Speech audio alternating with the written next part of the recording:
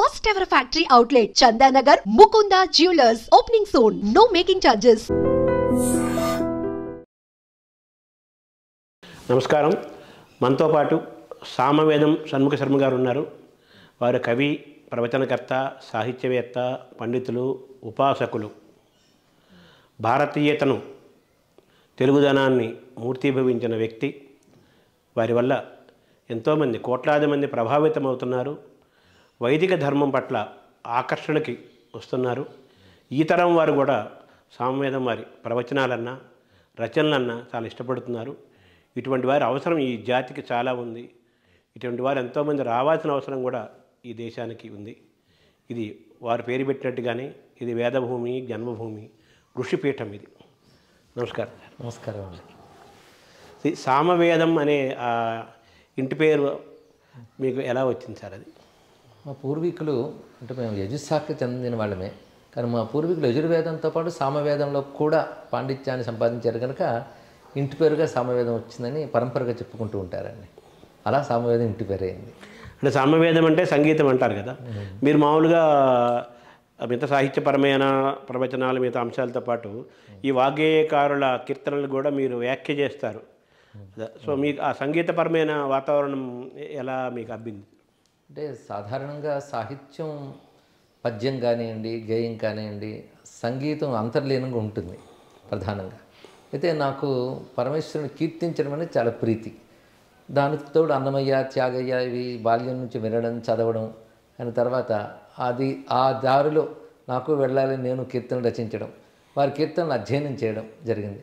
అలా క్రమంగా ఆ సంకీర్తన వాంగ్మయంపై ప్రీతి పొంది నేను ఆ మార్గంలోనే ఉన్నాను. అంటే మీరు సాహిత్యం దానికి వ్యాఖ్య చేయగలుగుతారు, అవన్నీ మీరు అధ్యయనం చేశారు, ఉపాసన చేశారు. సంగీతం పరంగా మీరేమి సాధన చేయలేదా? పాడాలనే ఆలోచన ఇప్పుడు? సంగీత పరంగా నేను ఎప్పుడు సాధన చేయలేదండి. అయితే పాడుకుంటాను కానీ పాడను.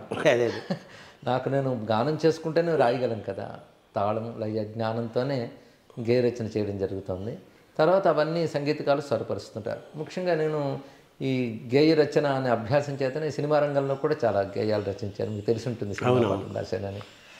ఆ విధంగా నాకు సంగీతాత్మక సాహిత్య రచన అలవడింది. సంగీతంపై ఒకానొక కొద్దిపాటి అవగాహన ఉంది, సంగీతం యొక్క సంస్కారం ఉంది తప్ప సంగీత పరిజ్ఞానం మాత్రం నాకు లేదు. అదే మీరు మొట్టమొదటిగా మిమ్మల్ని ఏ వాగ్గేయకారుడి కీర్తన మిమ్మల్ని ఆకర్షించింది? ప్రధానంగా త్యాగరాజ స్వామి వారు ఆదర్శం, వారి జీవిత విధానం, వారి ఆలోచన విధానం, ఇవి ప్రధానంగా వారి రచనలన్నీ కూడా బాల్యం నుంచి బాగా చదువుకోవడం, వినడం అలవాటు. తర్వాత అనమాచార్యులు వారు, ఆయన మహాసముద్రం. అటు తర్వాత నేను ముత్తుస్వామి దీక్షితుల వారి సాహిత్యాన్ని కూడా అధ్యయనం చేశానండి. మీరు చెప్పిన ప్రధాన త్యాగరాజ స్వామి వారు. అంటే ఏ కీర్తన మీరు మొట్టమొదటిగా చిన్నప్పుడు విన్న కీర్తనలు ఏమైనా గుర్తుంది? త్యాగరాజ స్వామి కీర్తన మొట్టమొదటి విన్నది ఏది అని చెప్పలేను, కానీ సాధారణ ఆయన కీర్తన అందరూ వింటున్నట్టే నగుమోము కనలేని, అదేవిధంగా శ్రీ గణపతిని సేవింపరారే ఇత్యాదు. దానితో వారి వాంగ్మయాన్ని పరిశీలించాను. వారి నౌకా విజయం, ప్రహ్లాద భక్త విజయం ఇత్యాది గ్రంథములు ఉన్నాయి కదా, సంగీత రూపకాలు, ఇతరవన్నీ కూడా పరిశీలించడం జరిగిందండి. అంటే మొట్టమొదటిగా మీరు ఈ త్యాగయ్య వాళ్ళ అన్నమయ్య కీర్తనలు విన్నప్పుడు అంటే ఆ నాదం మిమ్మల్ని ఆకర్షించిందా? ఆ భాష మిమ్మల్ని ఆకర్షించింది? భాష ఏనండి, సాహిత్యం, అందరి సాహిత్యం బాగా ఆకర్షించింది. సంగీతం సాహిత్యం లాగుతుంది. ఆ కారణం చేత వారి యొక్క సంగీతం వినగానే మన లోపల ప్రవేశిస్తాం. దానితో ఆ సాహిత్యం గట్టిగా పట్టుకుంది. అది మామూలు సాహిత్యం కాదు, ఇందులో సర్వశాస్త్రములు ఉన్నాయి, ఒకనొక వేదన, జీవుని వేదన ఉంది, ఒక ఆత్మ ఉన్నది అనిపించింది. విశ్వనాథుని కూడా మీరు విశ్వనాథ సారస్వతాన్ని ఉపాసించిన ఒక సాహిత్య స్ఫురణమూర్తిత్వం మీది. విశ్వనాథకు మీరు ఎప్పుడు కనెక్ట్ అయ్యారు? సాహిత్యం మీద ఉన్న ఆసక్తితో నేను కాలేజ్ డేస్లోనే ముందు ఆధునిక సాహిత్యం బాగా చదివాను నేను. అప్పుడు శ్రీశ్రీ గారు, బాలగంగాధర్ తిలక్, ఇంకా ఇతరత్ర వచ్చిన విప్లవ కవిత్వం ఇవన్నీ కూడా చదివాను. దేవులపల్లి కృష్ణశాస్త్రి గారి సాహిత్యం నాకు చాలా ప్రీతి. అది కూడా సంగీతాత్మకం కదా, వారు ఎక్కువ ప్రధానం గేయ రచయిత కదా, లయ ఉంటుంది. వారు అందులో తెలుగు పాట ఎంత అందంగా ఉండాలో ఆయన చూపించారు. ఆయన విశ్వరూపం చూపించారు తెలుగు పాటకి. అందుకే ఆయన సాహిత్యం చాలా ఇష్టం. ఈ ఆధునిక భావజాలంలో ఉన్న నాకు ఒక్కసారి విశ్వనాథ గారి గాలి తగలగానే మాత్రం ఒక విధంగా వైశ్వనాథుడు అయిపోయాను నేను, అంటే విశ్వనాథ భక్తుల్లాగా అయిపోయాను. శ్రీశ్రీ కూడా కొన్నాళ్ల పాటు ఈ విశ్వనాథ ఇదిలో ఆయన ప్రభావంలో కొట్టుకుపోయాను అన్నారు కదా. సో మీరు ఇంకా ఉన్నారు, ఆయన పోయారు కానీ మీరు ఉన్నారు. ఎప్పుడైనా ఒక గొప్ప మహాకవి కావాలంటే వెనకాల ఉన్న సంప్రదాయ సాహిత్యం యొక్క ప్రభావం రెండూ ఉంటాయండి. శ్రీశ్రీ గారికి అది ఉంది. అందుకోసం అలాగే విశ్వనాథన్ గారి యొక్క భావజాలం చాలా విశేషమైనటువంటిది. వారు ఎన్నో వైవిధ్యమైన రచన చేసిన ప్రధాన సిద్ధాంతం భారతీయత, సనాతన ధర్మం. అది నన్ను చాలా ఆకర్షించింది. ఒక విధంగా నా జీవన విధానానికి, ఆలోచన విధానానికి అది ప్రభావం చూపించింది. వారు 1000 పడగల నవల నేను చదివిన తర్వాత అప్పుడు ఇతర సాహిత్యం అంతా కూడా చదివాను నేను. ఇతర నవలలు, పురాణ వేద గ్రంథాలు కానీ, కాశ్మీర్ రాజవంశ కథలు, నేపాల్ రాజవంశ కథలు, ఆ తర్వాత మళ్ళీ వారు రచించినటువంటి రామాయణ కల్పవృక్షం, అది నాకు చాలా ఆనందకరమైన విషయం. అది బాగా చదువుకున్నాను. అందుకే నేను రామాయణం చెప్పినప్పుడు త్యాగరాజ రామాయణం, విశ్వనాథ గారి కల్పవృక్షం కూడా కలిసి చెప్తూ ఉంటాను. అంటే మీరు మామూలు త్యాగరాజ కృతికి వ్యాఖ్యానం చేసినప్పుడు కూడా విశ్వనాథ పద్యం వచ్చి కూర్చుంటుంది కదా మీ అవునండి, వ్యాఖ్యలో. అవునండి. సో తొలిగా మీకు విశ్వనాథ ఏ వయసులో మీకు పరిచయం అయ్యారు విశ్వనాథ సాహిత్యం? అది చెప్పాను, ఇంటర్మీడియట్ చదువుకుంటున్నప్పుడు 1000 పడగలు చదివానండి. అక్కడ నుంచి ఇంకా విశ్వనాథాచార్య గారి పద్య కవిత్వం, ఆంధ్ర ప్రశస్తి కానివ్వండి, అలా గేయ కవిత్వం, కిన్నెరసాని పాటలు. ఆ వయసులోనే కిన్నెరసాని పాటలపై నేను ప్రసంగం చేశాను కాలేజీలో చదువుకుంటున్న రోజుల్లోనే. అలా ఇంకా వారి ఖండకావ్యాలు ఇవన్నీ కూడా చదువుకున్నానండి. అప్పుడు ఒక అవధానం తప్ప ఆల్మోస్ట్ ఆయన అన్ని ప్రక్రియలు ఆయన స్పృశించి అంతు చూశారు కదా. అవునండి. విశ్వనాథ మీకు టోటల్గా ప్రక్రియలో ఏ ప్రక్రియకి ఎక్కువ మీరు కనెక్ట్ అయ్యారు ఆయన చేపట్టిన ప్రక్రియలు? ఆయన గురించి ఆ రోజునే చెప్తారు, ఆయన పట్టుకున్న ప్రతి ప్రక్రియని బంగారం చేశారని. అందుకని నవల కానీ, నాటకం కానీ, పద్యం కానీ ఏవి చేసినా అద్భుతంగా చేస్తారు. అసలు నాటకాలు చదువుతున్నా, నవలలు చదువుతుంటే మాత్రం అలాంటి జీనియస్ తెలుగు భాషలో ఉండడం, తెలుగు భాష చేసుకున్న అదృష్టం. కానీ గుర్తించని వాళ్ళు ఎక్కువ ఉన్నారు తెలుగువారు. కానీ అటువంటి నవల రచయిత ప్రపంచ భాషా వాంగ్మయంలోనే ఆశ్చర్యకరమైన నవల రచయిత. అద్భుతమైన కథాశిల్పం, అందులో అంతర్లీనంగా ధర్మాన్ని చెప్పడం, చరిత్రని ఒక మహర్షి నవల రాసినట్టు ఉంటుంది. అలాంటి నవలు ఆయన రచించారు. అంటే ఋషివంటే నన్నయ్య రెండవ వాల్మీకి అన్న శబ్దము ఆయన నన్నయ్య గురించి అన్నట్లుగా విశ్వనాథకు కూడా అది వర్తిస్తుందండి. అసలు 10 మంది కవుల గురించి చెప్పారు కదా. ఋషివంటి నన్నయ్య రెండవ వాల్మీకి, తిక్కన్న శిల్పపు తెనుగుతోట, ఎర్రన్న సర్వమార్గేచ్ఛా విధాత్రుండు, పోతన్న తెలుగుల పుణ్యపేటి, ఇవన్నీ ఆయనలో ఉన్నాయి. లిస్ట్ ఇచ్చాడు శ్రీనాథుడు రసప్రసిద్ధ దారాదుని. అందులో ఎవరిలో ఏ సులక్షణం ఉందో పట్టుకున్నాడు ఆయన. ఆ లక్షణాలని తనవిగా చేసుకున్నాడు. అందుకని నన్నయ్య తిక్కన్నయ్య నన్ను ఆవేశించిరి అంటాడు ఆయన. అవును. కనుక పూర్వకవుల యొక్క సమస్తమైనటువంటి వాంగ్మయ సారం ఒక రూపం ధరిస్తే విశ్వనాథ సత్యనారాయణ గారు.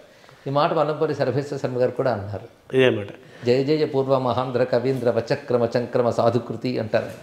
అంటే పూర్వ మహాకవులంతా ఒక రూపంగా వస్తే వారు విశ్వనాథ్ అవుతారు. పూర్వ తెలుగు కవులు, సంస్కృత కవులు కూడా మహాకవులు, సంస్కృత ఆంధ్ర. అవునండి. తర్వాత ఆయన భాష కాళిదాస భవభూతి దిగ్నాగులకు ప్రశస్త వాగ్విలక్షణుడు, మురారి భట్టునకు మోడ్పు కై ఘటించి అని చెప్పి అందులో రాశాడు కదా. అంటే దాన్ని బట్టి ఆయన మీరు అన్నట్టుగా సంస్కృత ఆంధ్ర కవులు వీళ్ళందరూ కూడా ఆయనతో పాటు మన తెలుగు లోకంలోకి వచ్చినట్టుగా మనం కల్పవృక్షం ద్వారా వచ్చారని భావించాలి. అదే పైగా ఆయన మురారి దిగ్నాగుడు వీళ్ళందరూ గురించి ఒక మాట అన్నాడు, రామకథా భాష్యకారులు అన్నారు. అంటే రామకథలు రచించిన వాళ్ళ పేర్లు. అందుకే తాను రచిస్తున్న రామాయణ కల్పవృక్షం ఆ మాదిరిగానే ఒక రామకథా భాష్యం అని భావం వ్యక్తపరిచారు. అంటే ఇంకో మాట కూడా అన్నారు కదా, ఒక వాల్మీకి కాక సుఖమి శబ్దవాచ్యుడు ఎవరు అన్నారు కదా, అది దాన్ని ఎలా తీసుకోవాలి సార్ మనం?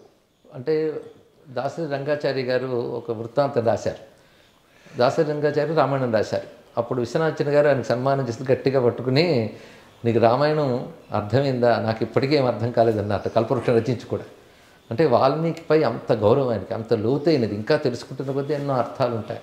అది ఈ సంసారం ఇదెన్ని జన్మలకు నేని మౌని వాల్మీకి భాషా సంక్రాంత రుణంబు తిప్పగలదా, సత్కావ్య నిర్మాణ రేఖా సామగ్రి రుణంబు తిప్పగలదా అంటారు. అవును. కాకుచ్చుడవ స్వామి గాథా సంపన్నము భక్తి తీర్చినను ద్వైతాద్వైత మార్గంబులను. వాల్మీకిపై అంత గొప్ప ప్రతిపత్తి. వాల్మీకి అంటే ఎవరికైనా, కాళిదాసుకు కూడా ఆయనపై అపారమైన భక్తి. సుకవి అన్నాడు, అంతే దక్క అన్యుడవుడు సుఖ శబ్దవాచ్యుడు అన్నారు. అందుకు వాల్మీకి మధుర ఫణితీనా మార్గదర్శి మహర్షి అని పూర్వకవులు అన్నట్లుగా ఆయనకి వాల్మీకి కవిత్వాన్ని బాగా అవగతం చేసుకుని ఆయన భక్తితో రచించానంటాడు. ఆయన అనువదిస్తూ రచించాను కాకుండా ముని రుణము దీర్ప దీనిని రచింతు అన్నాడు కదా. రామాయణ నాటి పాత్రలకి ఒక తెలుగుదనం తీసుకొచ్చారని చెప్పచ్చా మనం? తెలుగుతనాన్ని ఆయన దానిలో మేళవించారు అనుకోవాలి. అదే అంతే, నేటివిటీ అంటారు కదా సినిమా భాష, తీసుకొచ్చారు. అదే. సో ఎందుకు మరి విశ్వనాథ అంత గొప్ప రచనా శిల్పము, అంత అనల్పమైన కల్పన, అంత ప్రతిభ ఉండి ఎందుకు ఆయన చాలామందికి దగ్గర కాలేకపోయిందంట? అది కాలేకపోయారు అనుకుంటాం. కానీ ఇప్పటికీ కూడా విశ్వనాథన్ గారు సామాన్య జనం స్పందింపజేసే కవిగానే నేను గమనిస్తున్నానండి అనేక చోట్ల. ఉదాహరణ, నేను కల్పవృక్ష పద్యాలు చెప్పినప్పుడు తెలుగులో కొద్ది రోజులు చదువుకుని ఇంగ్లీష్ చదువుకుని వెళ్ళిపోయి విదేశాలు స్థిరపడ్డ వాళ్ళు కూడా కల్పవృక్షం తెప్పించుకుని ఆ పద్యాలు చదువుతూ ఉండని నేను చూశాను. కనుక అది ఇప్పుడు ఎంతో మార్పులు వచ్చాయి. పోతన గారి పద్యాలు కూడా తెలియని పరిస్థితి ఏర్పడింది మనకి. కానీ వాటికి ఏమి తీసిపోని విధంగానే విశ్వనాథన్ గారి సాహిత్యం ఎప్పటికున్నది. ఇప్పటికీ 1000 పడగలు లాంటి నవలలు కూడా ఎన్నో ప్రచురణలకు నోచుకుంటున్నాయి. నూతనంగా ఎన్నో ముద్రణలు జరుగుతున్నాయి కనుక ఆదరించేవారు ఉంటూనే ఉన్నారు. 1000 పడగలు ఒక పక్కన అది నవల పరంగా తీసుకుంటే, కల్పవృక్షం ఒకటి పద్యకావ్య పరంగా, ఈ రెండు కూడా ఆయన మ్యాగ్నమ్ ఆపస్ రచనలుగా మనం భావించాలి కదా. అవునండి, రెండు అంతే. ఆ పద్యాలన్నీ మీరు ధారణ చేయటము, వాటన్ని ఉపాసించటము, అది మీకు ఆ మక్కువ మీకు స్వయంగా కలిగిందా, లేకపోతే నాన్నగారు ఎవరైనా పూర్వ ప్రభావం ఉందా? నాకే కలిగింది. అయితే నాకు సాహిత్యం మీద అభిరుచి, అవగాహన మాత్రం మా నాన్నగారి వల్ల ఏర్పడిందండి. వారు సంస్కృతాంధాల్లో పండితులు. వారి వద్దే నేను ఇంటి వద్దే సంస్కృతం, తెలుగు నేర్చుకున్నాను. అందువల్ల ఒక మంచి పద్యం వినగానే ఆకర్షించే ఒక లక్షణం జీవుడికి ఉండడం చేత వాడికి ఆకర్షింపబడి అధ్యయనం చేయడం జరిగింది. ఇందాక అన్నారు కదా జీవుని వేదన అన్నారు కదా మీరు ప్రారంభంలో. విశ్వనాథ్ వాళ్ళ ఇంటికి ఆయన మీ 80s మీ చిన్న వయసులో వాళ్ళ ఇంటికి వెళ్ళిపోయారట కదా, అది అవును. అదేంటి సార్ ఆ వృత్తాంతం? అంటే నేను డిగ్రీ ఎకనామిక్స్ చేసుకున్న తర్వాత ఒకసారి విజయవాడ వెళ్ళాలి, విశ్వనాథన్ చూడాలని అనుకున్నాను. అప్పుడు నేను హైదరాబాద్ వచ్చిన ఉద్యోగం చేసుకునేవాడిని. తర్వాత మళ్ళీ చదువుకోవాలని చెప్పి బయలుదేరాను మళ్ళీ మా ఊరికి బరంపురం. బ్రేక్ ఇచ్చారా డిగ్రీకి? అంటే డిగ్రీ అయిపోయింది, ఇంకా పై చదువులు చదవాలని మా నాన్నగారు కూడా వెళ్ళి యూనివర్సిటీ జాయిన్ అవ్వడంతో నేను హైదరాబాద్ నుంచి విజయవాడ వెళ్తూ ఒక్కసారి విశ్వనాథన్ గారి ఇల్లు చూడాలి అని దిగిపోయాను. అక్కడ అది దిగిపోయి నేను పావన శాస్త్రి గారు ఉండేవారు అప్పుడు, వారి ఇంటికి వెళ్ళాను. అది వారి ఇల్లు చూసిన ఆనందం. అప్పుడు అచ్యుతదేవరాయలు గారు ఉన్నారు అక్కడ, కైక అనే నవల అప్పుడు రాస్తున్నారు. నన్ను అక్కడ 2 రోజుల నుంచి ఆయన చెప్తుంటే నేను రాశాను కూడా. అప్పుడు క్రమంగా అనుకోకుండా అక్కడ ఉద్యోగ ప్రయత్నం చేయడం, అక్కడ ఉద్యోగం దొరికి మరి చదువుకు వెళ్ళకుండా అక్కడ ఉండిపోయాను. విశ్వనాథ్ వారి ఇంట్లో చాలా కాలం ఉన్నారా మీరు? కొద్ది రోజులు ఉన్నానండి, అందుకే ఉండేవాడిని మేడ మీద. అంటే ఈ రచనలన్నీ కలిపి మిమ్మల్ని ప్రభావితం చేసినట్టుగా భావించాలా? అంతే అండి. విశ్వనాథన్ గారు అంటే ఒక గొప్ప అభిమానం. అది మీరు చెప్పినట్టు పూర్వకులందరి యొక్క స్వరూపం ఆయన, ముఖ్యంగా ఆయన ఐడియాలజీ, ఆయన సిద్ధాంతం, అది నాకు గొప్ప స్ఫూర్తినిచ్చిందండి. అంటే ఆయనలో ఛాందసంగా ఉన్నాడని ఎప్పుడు అనిపించలేదు మీకు? అది ఛాందసం అనుకుంటారు కానీ అది ధార్మికం, భారతీయం. అయితే ఆనాటి కాలంలో దీనికి వ్యతిరేక ధోరణి ఉండేది. వాళ్ళందరూ ముద్ర వేశారు ఛాందసం. కానీ అధునాతనంలో అధునాతనుడు కూడా ఆ కాలంలోనే అప్పుడు లేటెస్ట్గా విడిన హాలీవుడ్ సినిమాలు కూడా చూసేవారు. ఆ పాశ్చాత్యుల రచనా శిల్పం కూడా తన రచనలో చూపించేవారు. ఛాందసం అంటే సంపూర్ణమైన ధర్మం, శాస్త్రం, వాటి మీద ప్రమాణ బుద్ధి అనుకున్నది. ఆ భారతీయత పట్ల, వైదిక ధర్మం పట్ల అతను నిబద్ధతగా స్ట్రాంగ్గా ఉండేవాళ్ళు. అది కొంతమందికి అది మింగుడు పడక ఛాందసంగా. ఒక విధంగా ఛాందస్ శబ్దం కూడా మంచిదే. ఛందస్సు అంటే వేదం అని అర్థం, ఛాందస్సం అంటే వేద ధర్మం ప్రకారం ఉన్నారు అని. అది బాగుంది.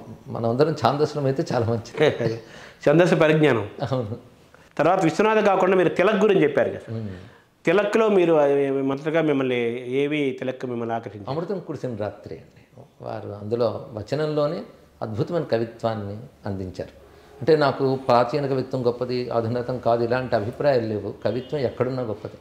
గొప్పటి సర్వేశ్వర గారు మాట అన్నారు, మల్లంపల్లి వారితో ఇంటర్వ్యూ చేశాను నేను ఒకసారి. చేసినప్పుడు ఒక మాట అన్నారు, కవిత్వానికి కాలం అవధి కానీ ప్రక్రియ అవధి కానీ ఉండదు. అధునాతనం, ప్రాచీనం మనం చేసుకున్న విభాగం కానీ కవిత్వం ఒక ధార. అది ఆ వస్తువు వాక్యంలో కనబడ్డా, పద్యంలో కనబడ్డా, ఎక్కడ కనబడ్డా ఆస్వాదించవలసినదే. దాని సిద్ధాంతాలతో పనిలేదు, కాలానికి అతీతంగా, కాలానికి అతీతం. అందుకే అమృతం కురిసిన రాత్రిలో ఉన్నట్టు అభివ్యక్తి ఇవన్నీ చాలా, నా అక్షరాలు వెన్నెల్లో ఆడుకున్న ఆడపిల్లలు ఇలాంటి మంచి మంచి అభివ్యక్తులు ఉన్నాయి. తర్వాత ఒక ఆర్ద్రమైనటువంటి హృదయం ఆయనది, అది అమృతం కురిసిన రాత్రిలో కనబడుతుందండి. తర్వాత ఆయన మీరు ఇందాక అన్నట్టుగా విశ్వనాథ వారి అన్ని ప్రక్రియలు ఆయన ముట్టారు, ముట్టిందంతా బంగారం అయిందన్నారు. అయిందని అందరికీ తెలిసింది, లోక విదితం అది. శ్రీశ్రీ లాంటి వాడు కూడా ఆయన ఆకర్షణలో కొట్టుమిట్టాడారు. అయితే తిలక్ గారు తిలక్ గారుగానే వెంటనే అమృతం కురిసిన రాత్రి అంటారు. ఆయన రాసిన గొప్ప గొప్ప నవళ్ళు కూడా, ఆయన గొప్ప నవలాకారుడు కూడా కదా తిలక్ కథలు చదివానండి మొత్తం, అవి కూడా చాలా బాగుంటాయి.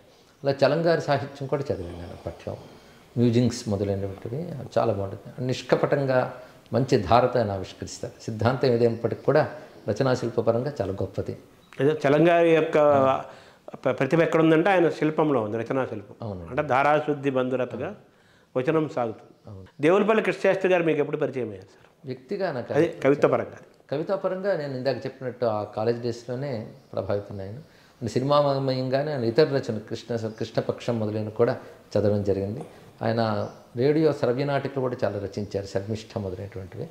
ఇంకా పుష్పలావికలు అని ఒక సంపుటి వచ్చింది వచనంలో, చాలా గొప్పగా ఉంటాయి. మా ఊళ్ళో వీధి అరుగు ఇలాంటివన్నీ చాలా గొప్పగా రచించారు. వచనం కూడా ఒక గేయంలాగా మధురంగా ఉంటుంది. నారాయణ రెడ్డి గారు అన్నట్టు అది పాట ఎంత మృదువుగా ఉండాలి, ఎంత తీయగా ఉండాలి చూపించారు. విశ్వనాథ వారు కృష్ణశాస్త్రి గారి నుంచి ఒక మాట అంటారు, ఇక్షు సముద్రాన్ని వింటూ ఉంటాం, అది ఎక్కడో లేదు కృష్ణశాస్త్రి గారి సాహిత్యమే అని అన్నారు. అంత మధురంగా అది పద్యంలాగా కూడా అనిపిస్తుంది కదా ఆయన మాలో కవిత అయినా కానీ దేవులపల్లి కృష్ణశాస్త్రి గారి. అవునండి, పద్యం పాట ఈ రెండు రిథమిక్ క్రియేషన్ ఆఫ్ బ్యూటీ అని కీట్స్ చెప్పినట్టు లయాత్మకమైన సృష్టి కనుక ఆ రెండిట్లోనే ఆ కవిత్వం చాలా చక్కగా పలుకుతుందండి. అంటే ఆ శ్రీనాథుడిలో కూడా ఆ లయ తూగు ఉంటుందంటారు. అవును, శీసపద్యాలన్నీ అదే.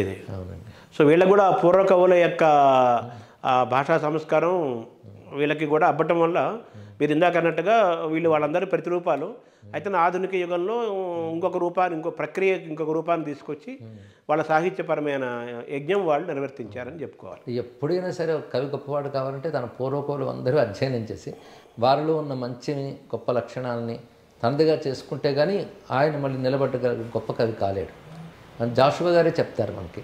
ఎందుకంటే అటు సంస్కృత సాహిత్యాన్ని మొత్తం చదివి కవిత్వం యొక్క సాహిత్యాన్ని చదివి ఇవన్నీ అయితేనే కవిత్వం రాయగలరని జాషువావే అంటారు. కవిగా మారబోయే ముందు ఇవన్నీ కంపల్సరిగా చదవాలి అని ఆయన ఒక రకంగా మనకు పాఠం బోధించినట్టు. అవునండి, ఆయన చదివే ఉంటారు కదా. అయ్యో లేకపోతే ఆ పద్యరచన శిల్పం రాదు కదా. జాషువా కూడా మిమ్మల్ని ఆకర్షించారు. జాషువా కూడా ఆయన పద్యాలు చదివానండి, చాలా ఆకర్షించాను. మీరు కవిత్వ రచన అనేది ఎప్పుడు మీరు ప్రారంభించారు? కవిత్వ రచన అనేటువంటిది నేను ఆ కాలేజ్ డేస్ అంటారే దానికంటే ముందే ప్రారంభించాను నేను. అప్పుడు మంచి ఈ ఆధునిక కవిత్వం చదివిన ఆవేశంతో కొంచెం వచన కవిత్వాలు, గేయ కవిత్వాలు, ఈ ప్రకృతికి సంబంధించిన భావ కవిత్వం అంటూ కూడా రాసేవాడిని. అంటే అక్కడ దేవులపల్లి ప్రభావం ఉందంట. దేవులపల్లి ప్రభావం, శ్రీశ్రీ ప్రభావం, ఇలాంటి తిలక్ గారి ప్రభావంతో కూడా నేను కాలేజ్ డేస్లోనే ఇలాంటి కవిత్వాలు రాసేవాడిని నేను. అంటే ఆ ప్రభావం నా తర్వాత సినిమా రచనల్లో కూడా ఉన్నది.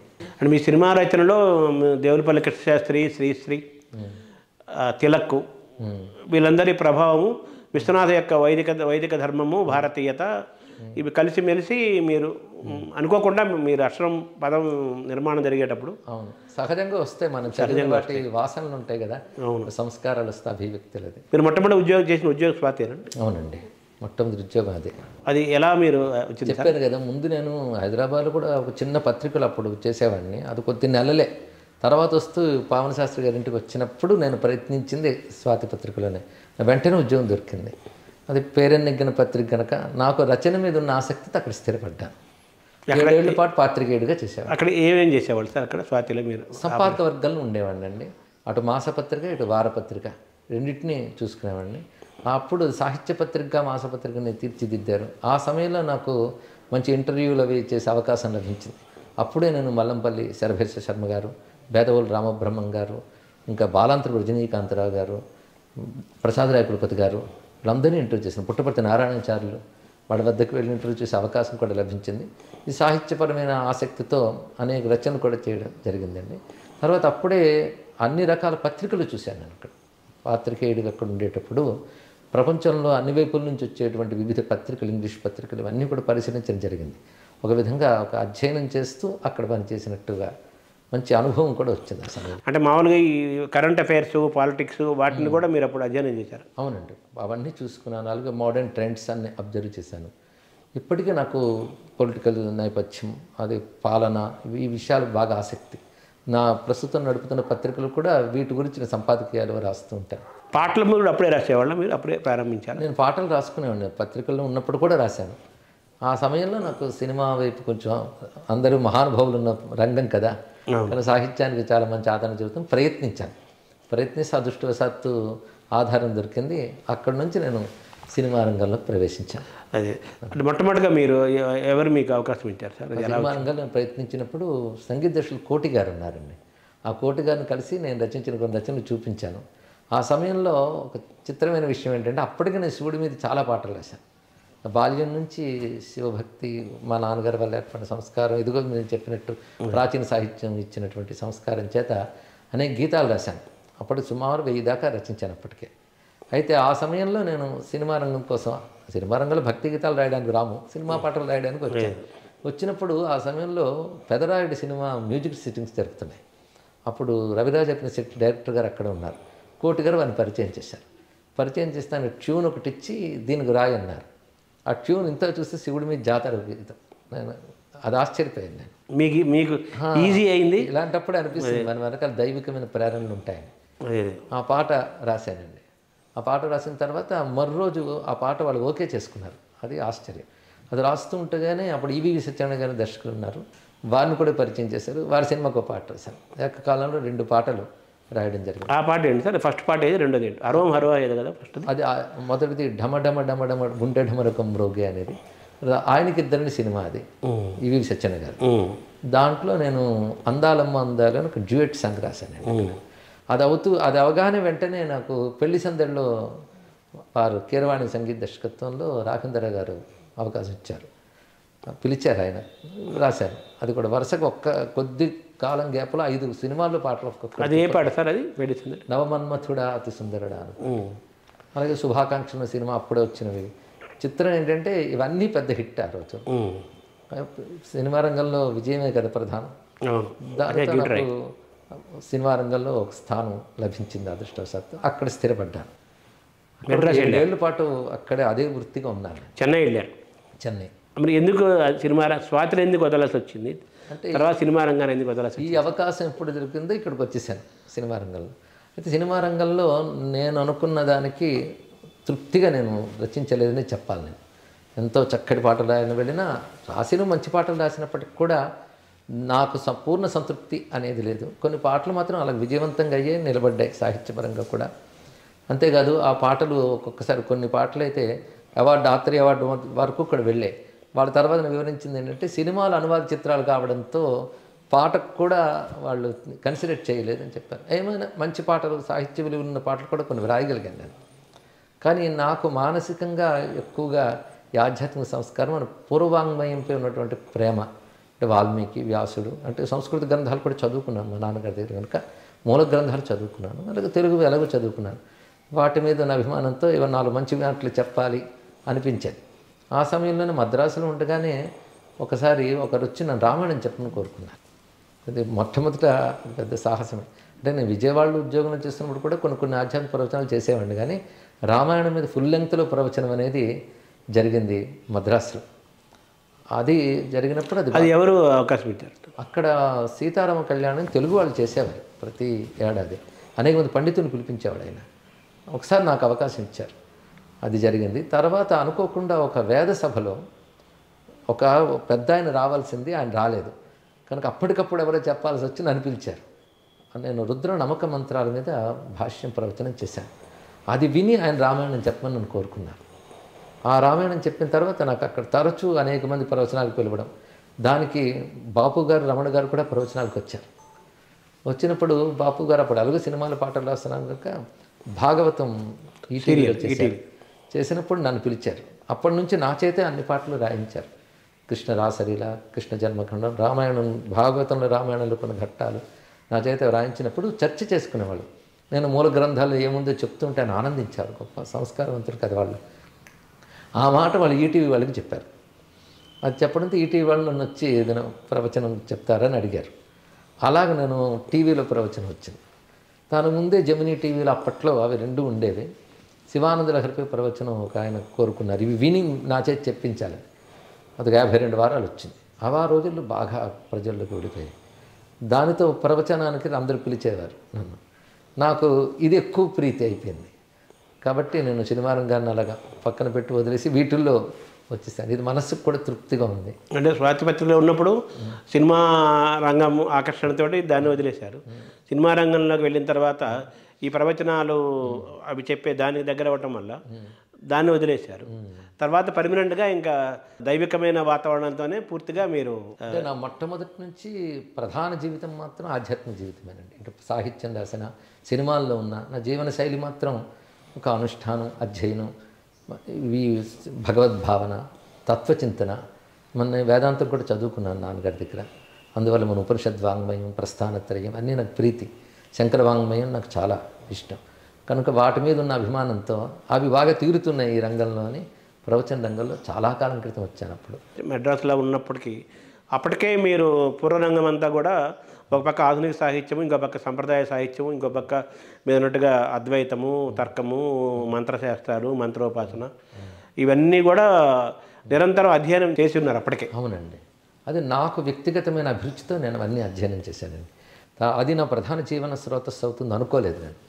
కానీ భగవత్ సంకల్పం చేత నాకు ఏది ఇష్టమో, ఏది నా జీవితమో అదే ఇప్పుడు సంపూర్ణంగా అక్కడి నుంచి తిరిగిపోయింది మొత్తం. అంటే మీ తొలి గురువు నాన్నగారు అని చెప్పాలా? మా నాన్నగారు నాకు తొలి గురువు. ఈ విద్యకి ప్రధాన గురువు ఆయనే, ప్రథమ గురువు ఆయనే. ఎందుకంటే భాష కానీ, సాహిత్యం కానీ, వేదాంతం కానీ మొత్తం వారి దగ్గరే చదువుకోవడం జరిగిందండి. గురువు శిష్య సంబంధంలోనే చదువుకున్నాను అది. అంటే ఇటువంటి మీకు ఈ ఆలోచన ధోరణి, తర్వాత ఈ సంస్కారము, తర్వాత మీ నాన్నగారి దగ్గర నుంచి వచ్చిన అధ్యాపనం, అభ్యాసనము, ఇటువంటి వాతావరణంలో మీరు ఏ ఓరియంటల్ బ్యాక్గ్రౌండ్ చదువుకోకుండా ఎకనామిక్స్ విధులు తీసుకున్నారు? అదే అప్పటి మేము ఉన్న ఊళ్ళో కానీ, అప్పుడున్న పరిస్థితుల్లో కానీ సంస్కృతం ఇవి చదువుకుని రాణించగలరు అనే అభిప్రాయం ఉండేది కాదు. పైగా వాటిపై అంత ఆదరణ ఉండేది కాదు. అందుకే అధునాతన విద్యలో చదువుకో, వీటి వల్లనే బాగుంటుంది భవిష్యత్తు అని పెద్దలు కూడా అనడం జరిగింది. అందుకే ఇటు నేను వచ్చాను. కానీ తర్వాత ఇదేనా ప్రధానమైంది ఇక్కడ. ఇది నేను ముందు ఊహించుంటే అలాగే ఓరియంటల్ చదువుకునేవాడినేమో. అది ఎప్పుడైనా అనిపిస్తుందా మీకు? చిన్న వెలితి అనిపిస్తుంటుందండి. అయితే కొంత వెలితిపోయింది. సంస్కృత భారత పరీక్షలు చదువుకుని భాష సంస్కృతం రచన చేయడం, సంస్కృతం అధ్యయనం చేయడం వచ్చింది కనుక కొంత తృప్తి ఉంది. కానీ దాని విధంగా ఒక ప్రామాణికమైన యోగ్యతా పత్రాలు లేవే అని కొంత వెలితి ఎప్పుడు ఉంది. అది డిగ్రీలు లేని పాండిత్యము వన్యకురానంటే పాడు కాలాన్ని పుట్టానంటగా. అది అయితే మీరు సంస్కృత అధ్యయనం ఎలా చేశారు సార్? అది ఎలా జరిగింది? అది పద్ధతిగా నాన్నగారి దగ్గర నేర్చుకున్నానండి. అంటే మా నాన్నగారు సంస్కృతం నేర్పేవారు అధ్యాపకులుగా ఉంటూ. వారు ఆ విద్యార్థులతో పాటు నేను ఉండి నేర్చుకునేవాడిని. అది అలా పెంచుకుంటూ వెళ్ళారా మీ అధ్యయనం? అవునండి. అంటే డిగ్రీలుగా కాలేజీలో చదవలేదు, కానీ ఇంట్లో ఇంటి విద్యగా అధ్యయనం చేశాను. ఎందుకంటే మా నాన్నగారు, మా తాతగారు, ముత్తాతగారు అందరూ సంస్కృత పండితులే. తొలి రచనగా మీరు అనేక రచనలు, చాలా రచనలు చేశారు. కవిత్వము పొంగి పొరలుతుంటుంది, తర్వాత భక్తి ఎలాగో ఉంటుంది. మీకు మీ హృదయానికి బాగా అత్తుకున్న తొలి రచన దేనిగా చెప్పాలి?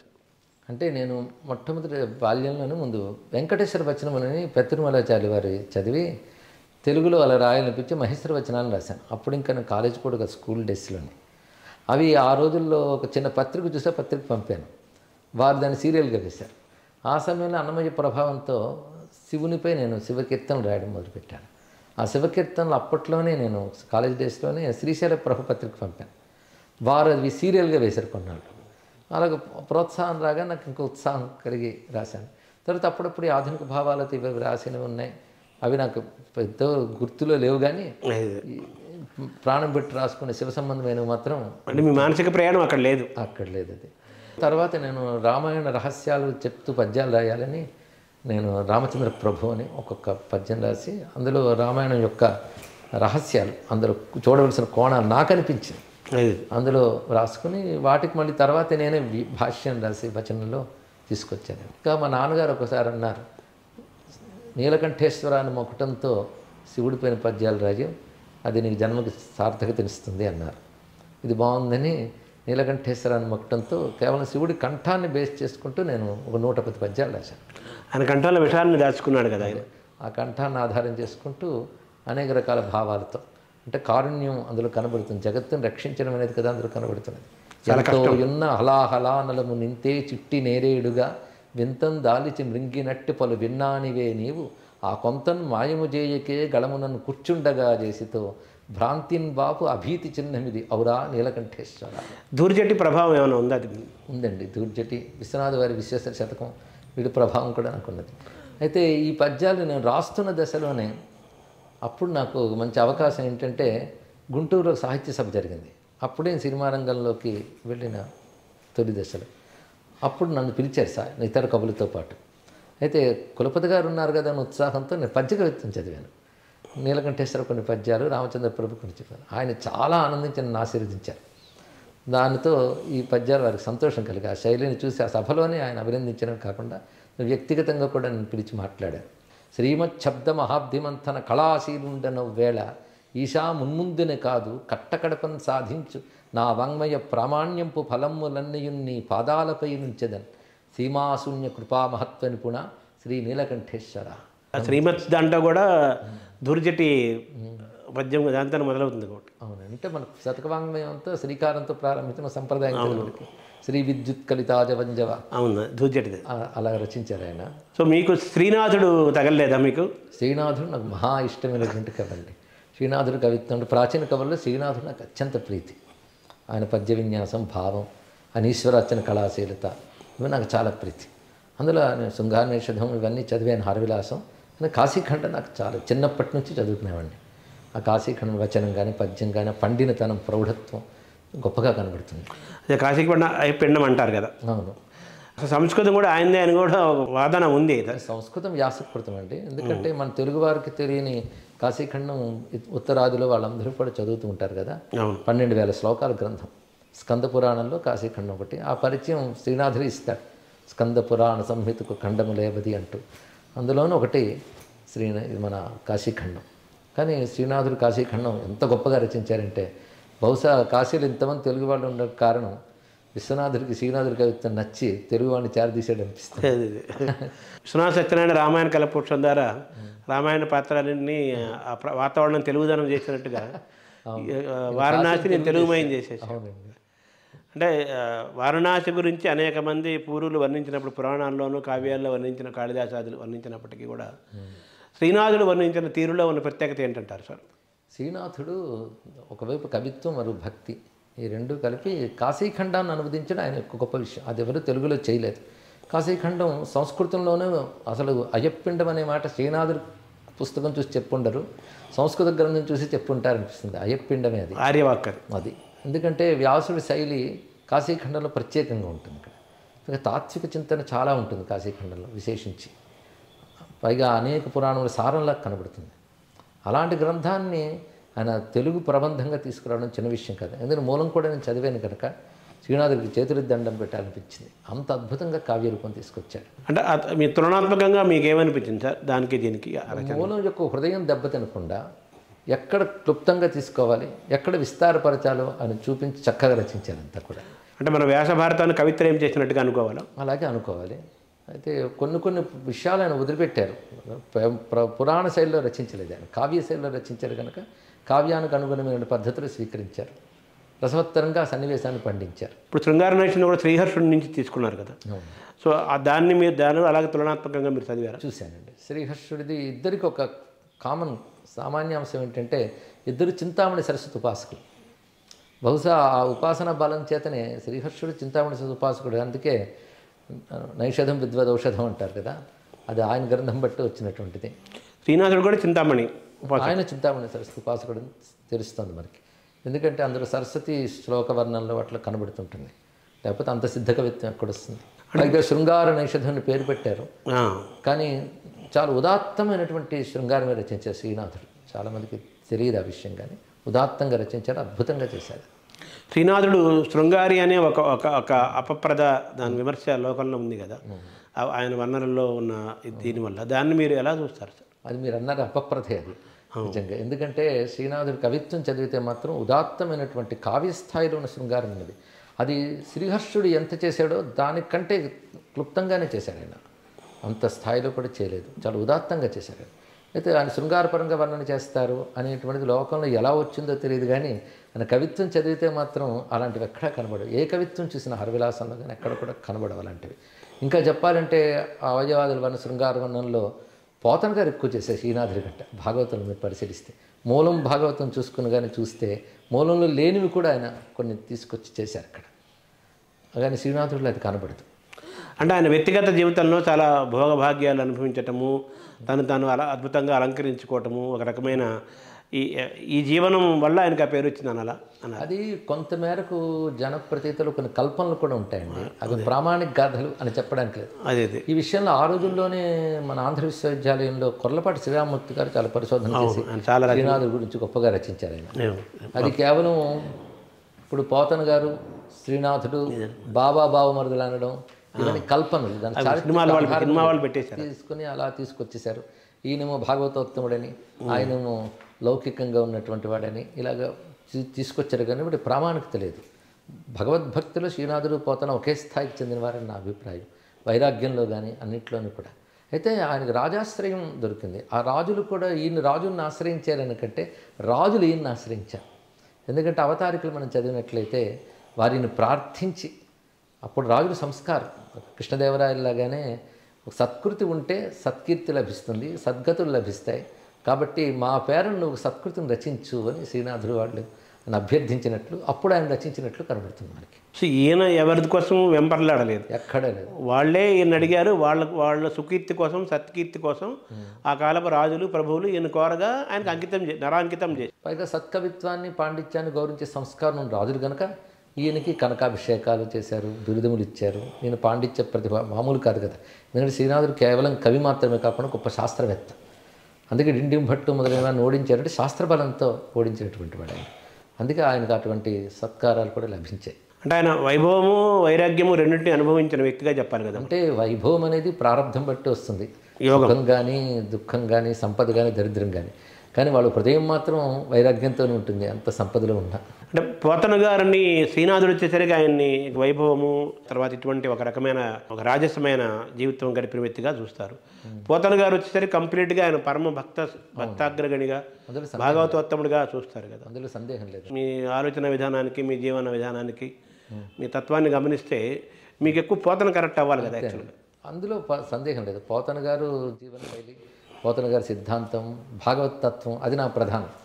కానీ కవితా శైలి, భక్తి ఈ విషయంలో శ్రీనాథుడు కూడా తీసిపోడు అని అంటున్నాను తప్ప, ఇటు త్యాగరాజ స్వామి వారు అక్కడ సంగీత రంగంలో లేదా వాగ్గేయకారులుగా, ఇటు పద్యకవిగా పోతన గారు ఉభయలు కూడా నాకు ప్రధానమైన ఆదర్శం అండి. సరే, పోతనని కూడా ఒక మహాకవిత్వాన్ని సృష్టించాడు, పరమభక్తుడు మహాకవిత్వాన్ని సృష్టించాడు.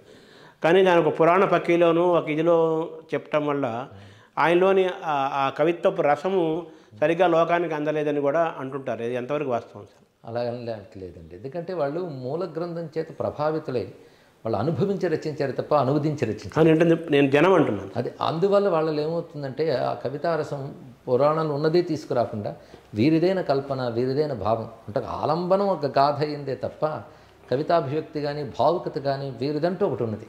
కేవలం అనువాద కవులు కాదు వీళ్ళు, వీళ్ళ అనుభూతి కవులు. అందుకోసం వారిదిగానే కనబడుతుంది మనకి. అందుకే పోతన గారి శైలి విన్యాసం ఇవి మనకి చదివేటప్పుడు వ్యాస భాగవతం మనకు గుర్తురాదు, అది వారిదే అనిపిస్తుంది. ఆ విషయంలో మనకి పోతన గారి భాగవతం సాటిలేనటువంటి గ్రంథమే. మీకు ఇష్టమైన కవులు చెప్పమంటే ఆర్డర్లో ఎవరైనా చెప్పగలుగుతారు సార్? పూర్వమహాకవుల్లో నాకు శ్రీనాథుడు, పోతన గారు ఇద్దరు సమప్రీతి అండి. రెండు కళ్ళు. తర్వాత ధూర్జటి సాహిత్యం ఒకటే నాకు చాలా ఇష్టం. ఆయన రచించినవి ఒక శతకం, ఒక మహాత్మ్యం రెండే కావచ్చు, కానీ ఆ రెండు కూడా గొప్ప గ్రంథములు. వారి ప్రభావం కూడా చాలా ఉంది. అంటే చాలామంది దూర్చటి శతక పద్యాలను చాలామంది కోట్ చేస్తుంటారు, అందులో ఒక భావావేశం ఉంటుంది. కానీ అందులో ఛందస్సు పరంగా, వ్యాకరణ పరంగా, వీటి పరంగా లోపాలు ఉన్నాయంటారు కదా సార్, అది ఎలా దాన్ని చూడాలి? అవి వ్యాకరణం ఒక్క త్రోవ, ఈ మహాకవులు ఒక్క త్రోవ అని చలపిల్లి వారి అంటారు కదా. అందుకోసం వాళ్ళు ప్రయోగాలు సాహసంగా చేసినప్పుడు అలాంటివి జారచ్చు, కానీ రసధార ముందు ఇవి మనం పట్టించుకోకూడదు. ఆ మాటకొస్తే శ్రీకైవల్య పదంబు చేరటుకనే చింతించదని ఒక రక్షయికారంభకు అనేది వ్యాకరణ రీత్యా తప్పని కొందరు పట్టుకుంటారు. కానీ ఆ రసధార ముందు అది అక్కడ పట్టుకుని ఆగిపోవడం కూడా తప్పే. ఆర్యుల వాక్కులు కదా అంతే. తర్వాత మీరు ఒక పక్క పాత్రికేయ వృత్తి, ముందు ఆర్థిక శాస్త్రం, ఇంకో పక్క వేదమయమైన వాంగ్మయాన్ని చదువుకోవటము, తర్వాత పాత్రికేయ వృత్తిలోకి వచ్చారు, తర్వాత సినిమాలోకి వచ్చారు, తర్వాత ప్రవచనాలతో మొదలైంది, తర్వాత ఈటీవీల్లో కూడా మీరు దృశ్య మాధ్యమంలో కూడా ప్రవేశించారు. తర్వాత పూర్తిగా అసలు ఈ రూపాన్ని సంతరించుకునే క్రమం మీకు ఎలా వచ్చింది, ఏర్పడింది సార్? ఎప్పుడు ఏర్పడింది? నాకు బాల్యం నుంచి భవిష్యత్తు మీద ఊహంటూ ఉంటే మాత్రం ఈ ఆధ్యాత్మిక జీవితమే నాకు చాలా ప్రీతిపాత్రం అంటే. కానీ ఇది సాధిస్తానని నేను అనుకోలేదు, సాధించితే బాగుండని మాత్రం అనుకున్నాను. ఈశ్వరానుగ్రహం నాకు అది లభించింది. ఈ విధమైన నాకు ఎక్కువ ఇష్టమైనది అంశం ఏంటంటే అనుష్ఠానం, అధ్యయనం, తర్వాత రచన, ఆ తర్వాత ప్రవచనం. ఇవి నాకు ఉన్నటువంటి ఆర్డర్. అదృష్టవశాత్తు నాకు ఈ జీవితం లభించడంతో అధ్యయనానికి బోల్డంత అవకాశం, అనుష్ఠానానికి అవకాశం. ఎందుకంటే నాకు అనుష్ఠానం, ఉపాసన అంటారే అది చాలా ప్రీతి. దాని దగ్గర గురువులు కూడా లభించారు, అది అదృష్టం. అది కూడా మద్రాసు రంగంలో సినిమాల్లో ఉన్నప్పుడే లభించారు. అక్కడ నుంచి అదొక మలుపు తిప్పిందని నేను భావిస్తాను. అంటే స్వాతిపత్రిక మీకు సినిమా నుంచి ప్రవచనాలు ఇవన్నీ కూడా మీ జీవితంలో ప్రతి మలుపు కూడా మీ హృదయానికి దగ్గరగా వచ్చినట్టుగా చెప్పాలి కదా. అవునండి. తర్వాత ఇందరు కుర్తాళ పీఠము, శృంగేరి పీఠము, కంచిపీఠము వీళ్ళందరిది కూడా మిమ్మల్ని చాలా ఇష్టపడతారు, చాలా ఆత్మీయంగా భావిస్తారు. వారితో కూడా మీకు చాలా వ్యక్తిగతమైన అనుబంధం ఉంది. వారు ఎలా మీకు ఒక్కొక్కరు ఎలా పరిచయం అయ్యారు, ఎలా జరిగింది? నేను కేవలం రచనలు చేస్తున్న దశలోనే ప్రసాద్ రైకులపతి గారు పరిచయం. తర్వాత వారు కుర్తాళం పీఠాధీశ్వరులు అయ్యారు. ఆ సమయంలోనే నేను సినిమా రంగంలో ఉండేవాడిని, కానీ ఒక మంచి పత్రిక పెట్టాలని కోరిక కలిగింది నాకు. అప్పుడు ఎందుకంటే పాత్రిక అనుభవం పనికొస్తుంది. స్వాతి అనుభవం జీవితంలో ఏ దశ కూడా వ్యర్థం కాదు, అది తర్వాత దశకి పునాది అవుతుంది అనేది నాకు అర్థమైంది. దానివల్ల మంచి ఆ పత్రిక కూడా మన సంప్రదాయం, ఆధ్యాత్మిక విలువలు, భారతీయ విలువలతో పత్రిక పెట్టాలి. అంటే ఆధ్యాత్మికాన్ని నేను అనను, మన సంస్కృతి అంటాను. మన సంస్కృతిలో ఆధ్యాత్మిక భాగం. దీనితో పాటు ఇటు మన వైద్యశాస్త్రం, యోగశాస్త్రం చాలా ఉన్నాయి, కళలు, మన ఋషులు ఇచ్చిన కళలు, ఇవన్నీ మన సంస్కృతి. దీనికి సంబంధించిన మంచి పత్రిక ప్రామాణికం తెలుగులో ఉండాలి. ఒక విధంగా మనకి కళ్యాణ్ అని పత్రిక ఉంది, గీతా ప్రెస్ వాళ్ళది, భవన్స్ ఛానల్ ఉంది. అలా తెలుగులో మంచి పత్రిక ప్రామాణికంగా ఉండాలని నాకు కోరిక కలిగింది. అప్పుడు ఒక మిత్రుడి సహాయంతో నేను పత్రిక స్థాపించడం జరిగింది, అదే ఋషిపీఠం. అప్పుడు నేను ఇంకా పత్రికా రచయిత, సినిమా రచయితగానే ఉన్నాను నేను పత్రిక స్థాపించేటప్పుడు కూడా. అంటే ఋషిపీఠం అంటే అప్పుడు నా ఉద్దేశంలో భారతదేశం ఉద్దేశంతో పెట్టాను తప్ప ఈ పీఠము కాదు, పీఠ స్థాపన కాదు. అంటే ఇది ఋషుల నేల, ఋషుల భూమి అని. పీఠం అంటే వాళ్ళు కదలకుండా ఉన్న ప్రతిష్ఠ చేసుకున్న చోటు అని. ఋషుల పీఠం భారతదేశం, అందుకే మొదటి ఎడిటోరియల్లోనే ఋషిపీఠం అంటే భారతదేశం అనే భావంతో పెట్టుకున్నాను. అయితే ఆ పత్రిక పెట్టినప్పుడు నేను ప్రవచనకర్తగా ఇలాగవుతాను నాకు ఏం తెలియదు. తర్వాత క్రమంగా ప్రవచనకర్తగా అయిన తర్వాత ఇది ఆ పత్రిక అభివృద్ధికి సహకరించింది. ఈ ఋషిపీఠం ప్రసాదరాయ కులపతి గారి చేతుల మీదుగా ప్రారంభమైంది. ప్రారంభం గుంటూరులో చేశామండి. ప్రసాదరాయ కులపతి గారు ప్రధాన అధ్యక్ష స్థానంలో ఉన్నారు. వారి కోరిక మీదుగా అప్పుడు అద్దం కృష్ణమూర్తి గారిని మంచి మంత్రశాస్త్రవేత్త ఉండేవారు, వారి ద్వారా ఆయనే చేయించారు దగ్గరుండి. అది మర్చిపోలేం. 1999లో జరిగిన సన్నివేశం అది. సద్గురు కందుకూరు శివానందమూర్తి గారితో కూడా మీకు పరిచయ భాగ్యం ఏర్పడింది. బాగుందండి. అది ఎలా జరిగింది సార్? అదే నా జీవితంలో వారి అనుగ్రహం చాలా ప్రధానమైనటువంటి అంశం. అందుకే నాకు ప్రధాన గురువు మా నాన్నగారిని చెప్పుకుంటే, నాకు మంత్రశాస్త్రంలో ఉపాసన గురువారు డాక్టర్ పినపాటి వీరభద్ర మహాదేవ్ గారే ఉండేవారు. ఆయన ఒరియా? లేదండి, మన తెలుగువారే. చెన్నైలో ఉండేవారు, కంచిపీఠానికి దగ్గరవారు, కంచి మహాస్వామి వారికి శిష్యులు వారు. వారి ద్వారా మంత్రదీక్ష నాకు వచ్చింది. తర్వాత నాకు అక్కడ ఉండగానే ఒకసారి అక్కడికి మన కందుకూరు శివానందమూర్తి గారు వచ్చారు, వారి దర్శనం చేసుకున్నాను. అది ఏం ప్రభావం కానీ నేను చెప్పాను వారితో, నీలకంఠే శతకం 108 పద్యాలు రాశానండి అంటే 108 జన్మల కర్మక్షయమైంది నీకు అన్నారు. వారు లోతైనటువంటి అంశాలు వారి మాటల్లో, యోగి కదా, దర్శనం ఉంటుంది వారు ప్రతి మాటను హృదయంలో నాకే చెప్పారంటే ప్రభావితం చూపించింది. ఒక విధంగా అనేక పరిస్థితుల్లో వారు స్ఫురిస్తూ ఉంటారు నాకు. వారు కాంచి యతీంద్రుడు చంద్రశేఖరేంద్ర సరస్వతి స్వామి వారు ఉభయులు నాకు ఈ జీవితాన్ని మరిచి తీసుకెళ్తున్నారని భావం. వాళ్ళు ఎప్పుడు స్ఫురణకు వచ్చారో మనసు నిర్మలమైపోతుంది, ఎటువంటి ఆందోళన ఉన్నా.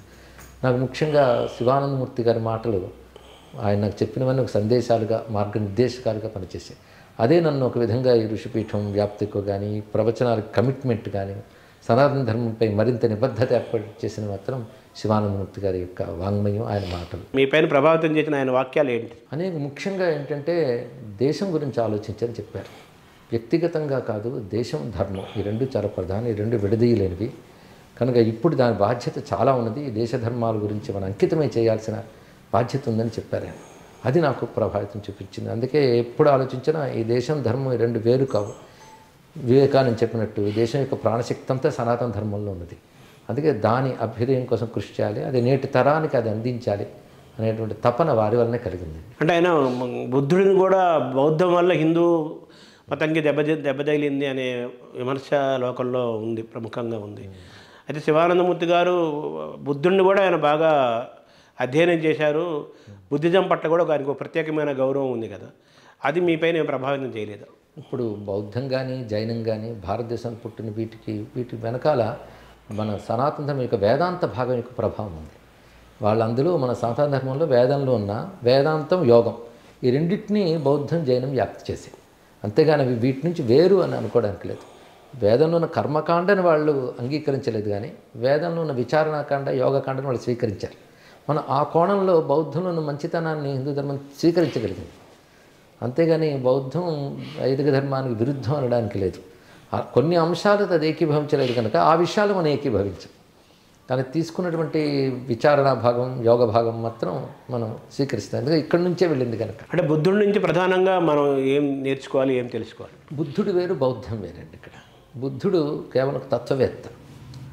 ఆ తత్వంలో మనకి ఆయన భగవంతుడి అస్తిత్వం గురించి ఉందని కానీ లేదని కానీ చర్చ చేయలేదు. ఆయన కర్మకాండల విషయంలో ఆయన ఆసక్తి చూపించలేదు, అది ప్రధానంగా చెప్పలేదు. అంతేగాని విచారణకాండ, వైరాగ్యం, ఇవన్నీ ఆయన చెప్పారు. ఇవి మనకి ఉపనిషత్తులోనే వైరాగ్యం గురించి ప్రశస్తి ఏమని ఉంటాయి. కనుక ఉపనిషత్ కాండలో ఉన్న భాగములే బుద్ధుడి సిద్ధాంతంలో కూడా మనకు కనిపిస్తూ ఉంటాయి. అందుక అది హిందూ మతం కలిసిపోగలిగింది. అంటే మూలం అదే కదా, హిందూ మతం మూలమే అదే కదా. మూలం అదే. చంద్రశేఖరేంద్ర సరస్వతి స్వామికి మీరు ఎలా పరిచయం అయ్యారు, ఎలా జరిగింది? అంటే అందరిలాగే ఆయన పట్ల నాకు అపారమైన గౌరవభావం, సాక్షాత్ శివావతారమైన భావం, శంకరాచార్య పరిపూర్ణ స్వరూపం వారని. అలా నాకు ఊహ తెలిసిన దగ్గర నుంచి వారిపైన ఒక ఆరాధన ఉంది. ఇందాక చెప్పినట్టు నేను చెన్నై రాకముందే, నేను విజయవాడలో ఉన్నప్పుడే శివుడి మీద శివపదాలను చాలా రాశాను. అది ఒకసారి వారికి చూపించి వారిని దర్శనం చేసుకోవాలనిపించింది. అప్పటికే వారికి నేను వెళ్ళేటప్పటికి 98 ఏళ్ళు దాటిపోయి. నేను అక్కడి నుంచే వచ్చాను, విజయవాడ నుంచి వచ్చినప్పుడు నేను రచించిన శివపదాల స్క్రిప్ట్ అలా పట్టుకుని క్యూలో నిలబడ్డాను. మ్యాన్యుస్క్రిప్ట్ అది పట్టుకుని నిలబడి ఉన్నాను, పెద్ద క్యూ. అప్పుడు ఆయన మౌనంలో ఉన్నారు, పెద్దవారు అప్పటికే. నాపై ఆయన అనుగ్రహం ప్రసరించింది. ఒక వ్యక్తిని పంపించి అవేంటి ఆ చేతిలో పట్టుకున్నారు తీసుకురండి అన్నారు. తర్వాత నేను ఆ పుస్తకాలు పంపితే దాని మీద ఆయన విభూది కుంకుమ ప్రసాదం వేసి పంపించారు, అది ఆశీర్వచనం. ఆ తర్వాత నేను అక్కడి నుంచి వచ్చిన తర్వాత వారి గురించి ఒక మంచి వ్యాసం కూడా అప్పుడు పత్రికలో రాయడం జరిగింది. 2 వ్యాసాలు రచించారు. అంటే వారు పరమపదించడానికి ముందు, నిర్యాణం తర్వాత కూడా రాశారు. తర్వాత నుంచి వారు ఒక కనబడకుండానే పరోక్షంగా ప్రేరణ బాగా ఉందనిపిస్తూ ఉంటుంది నాకు.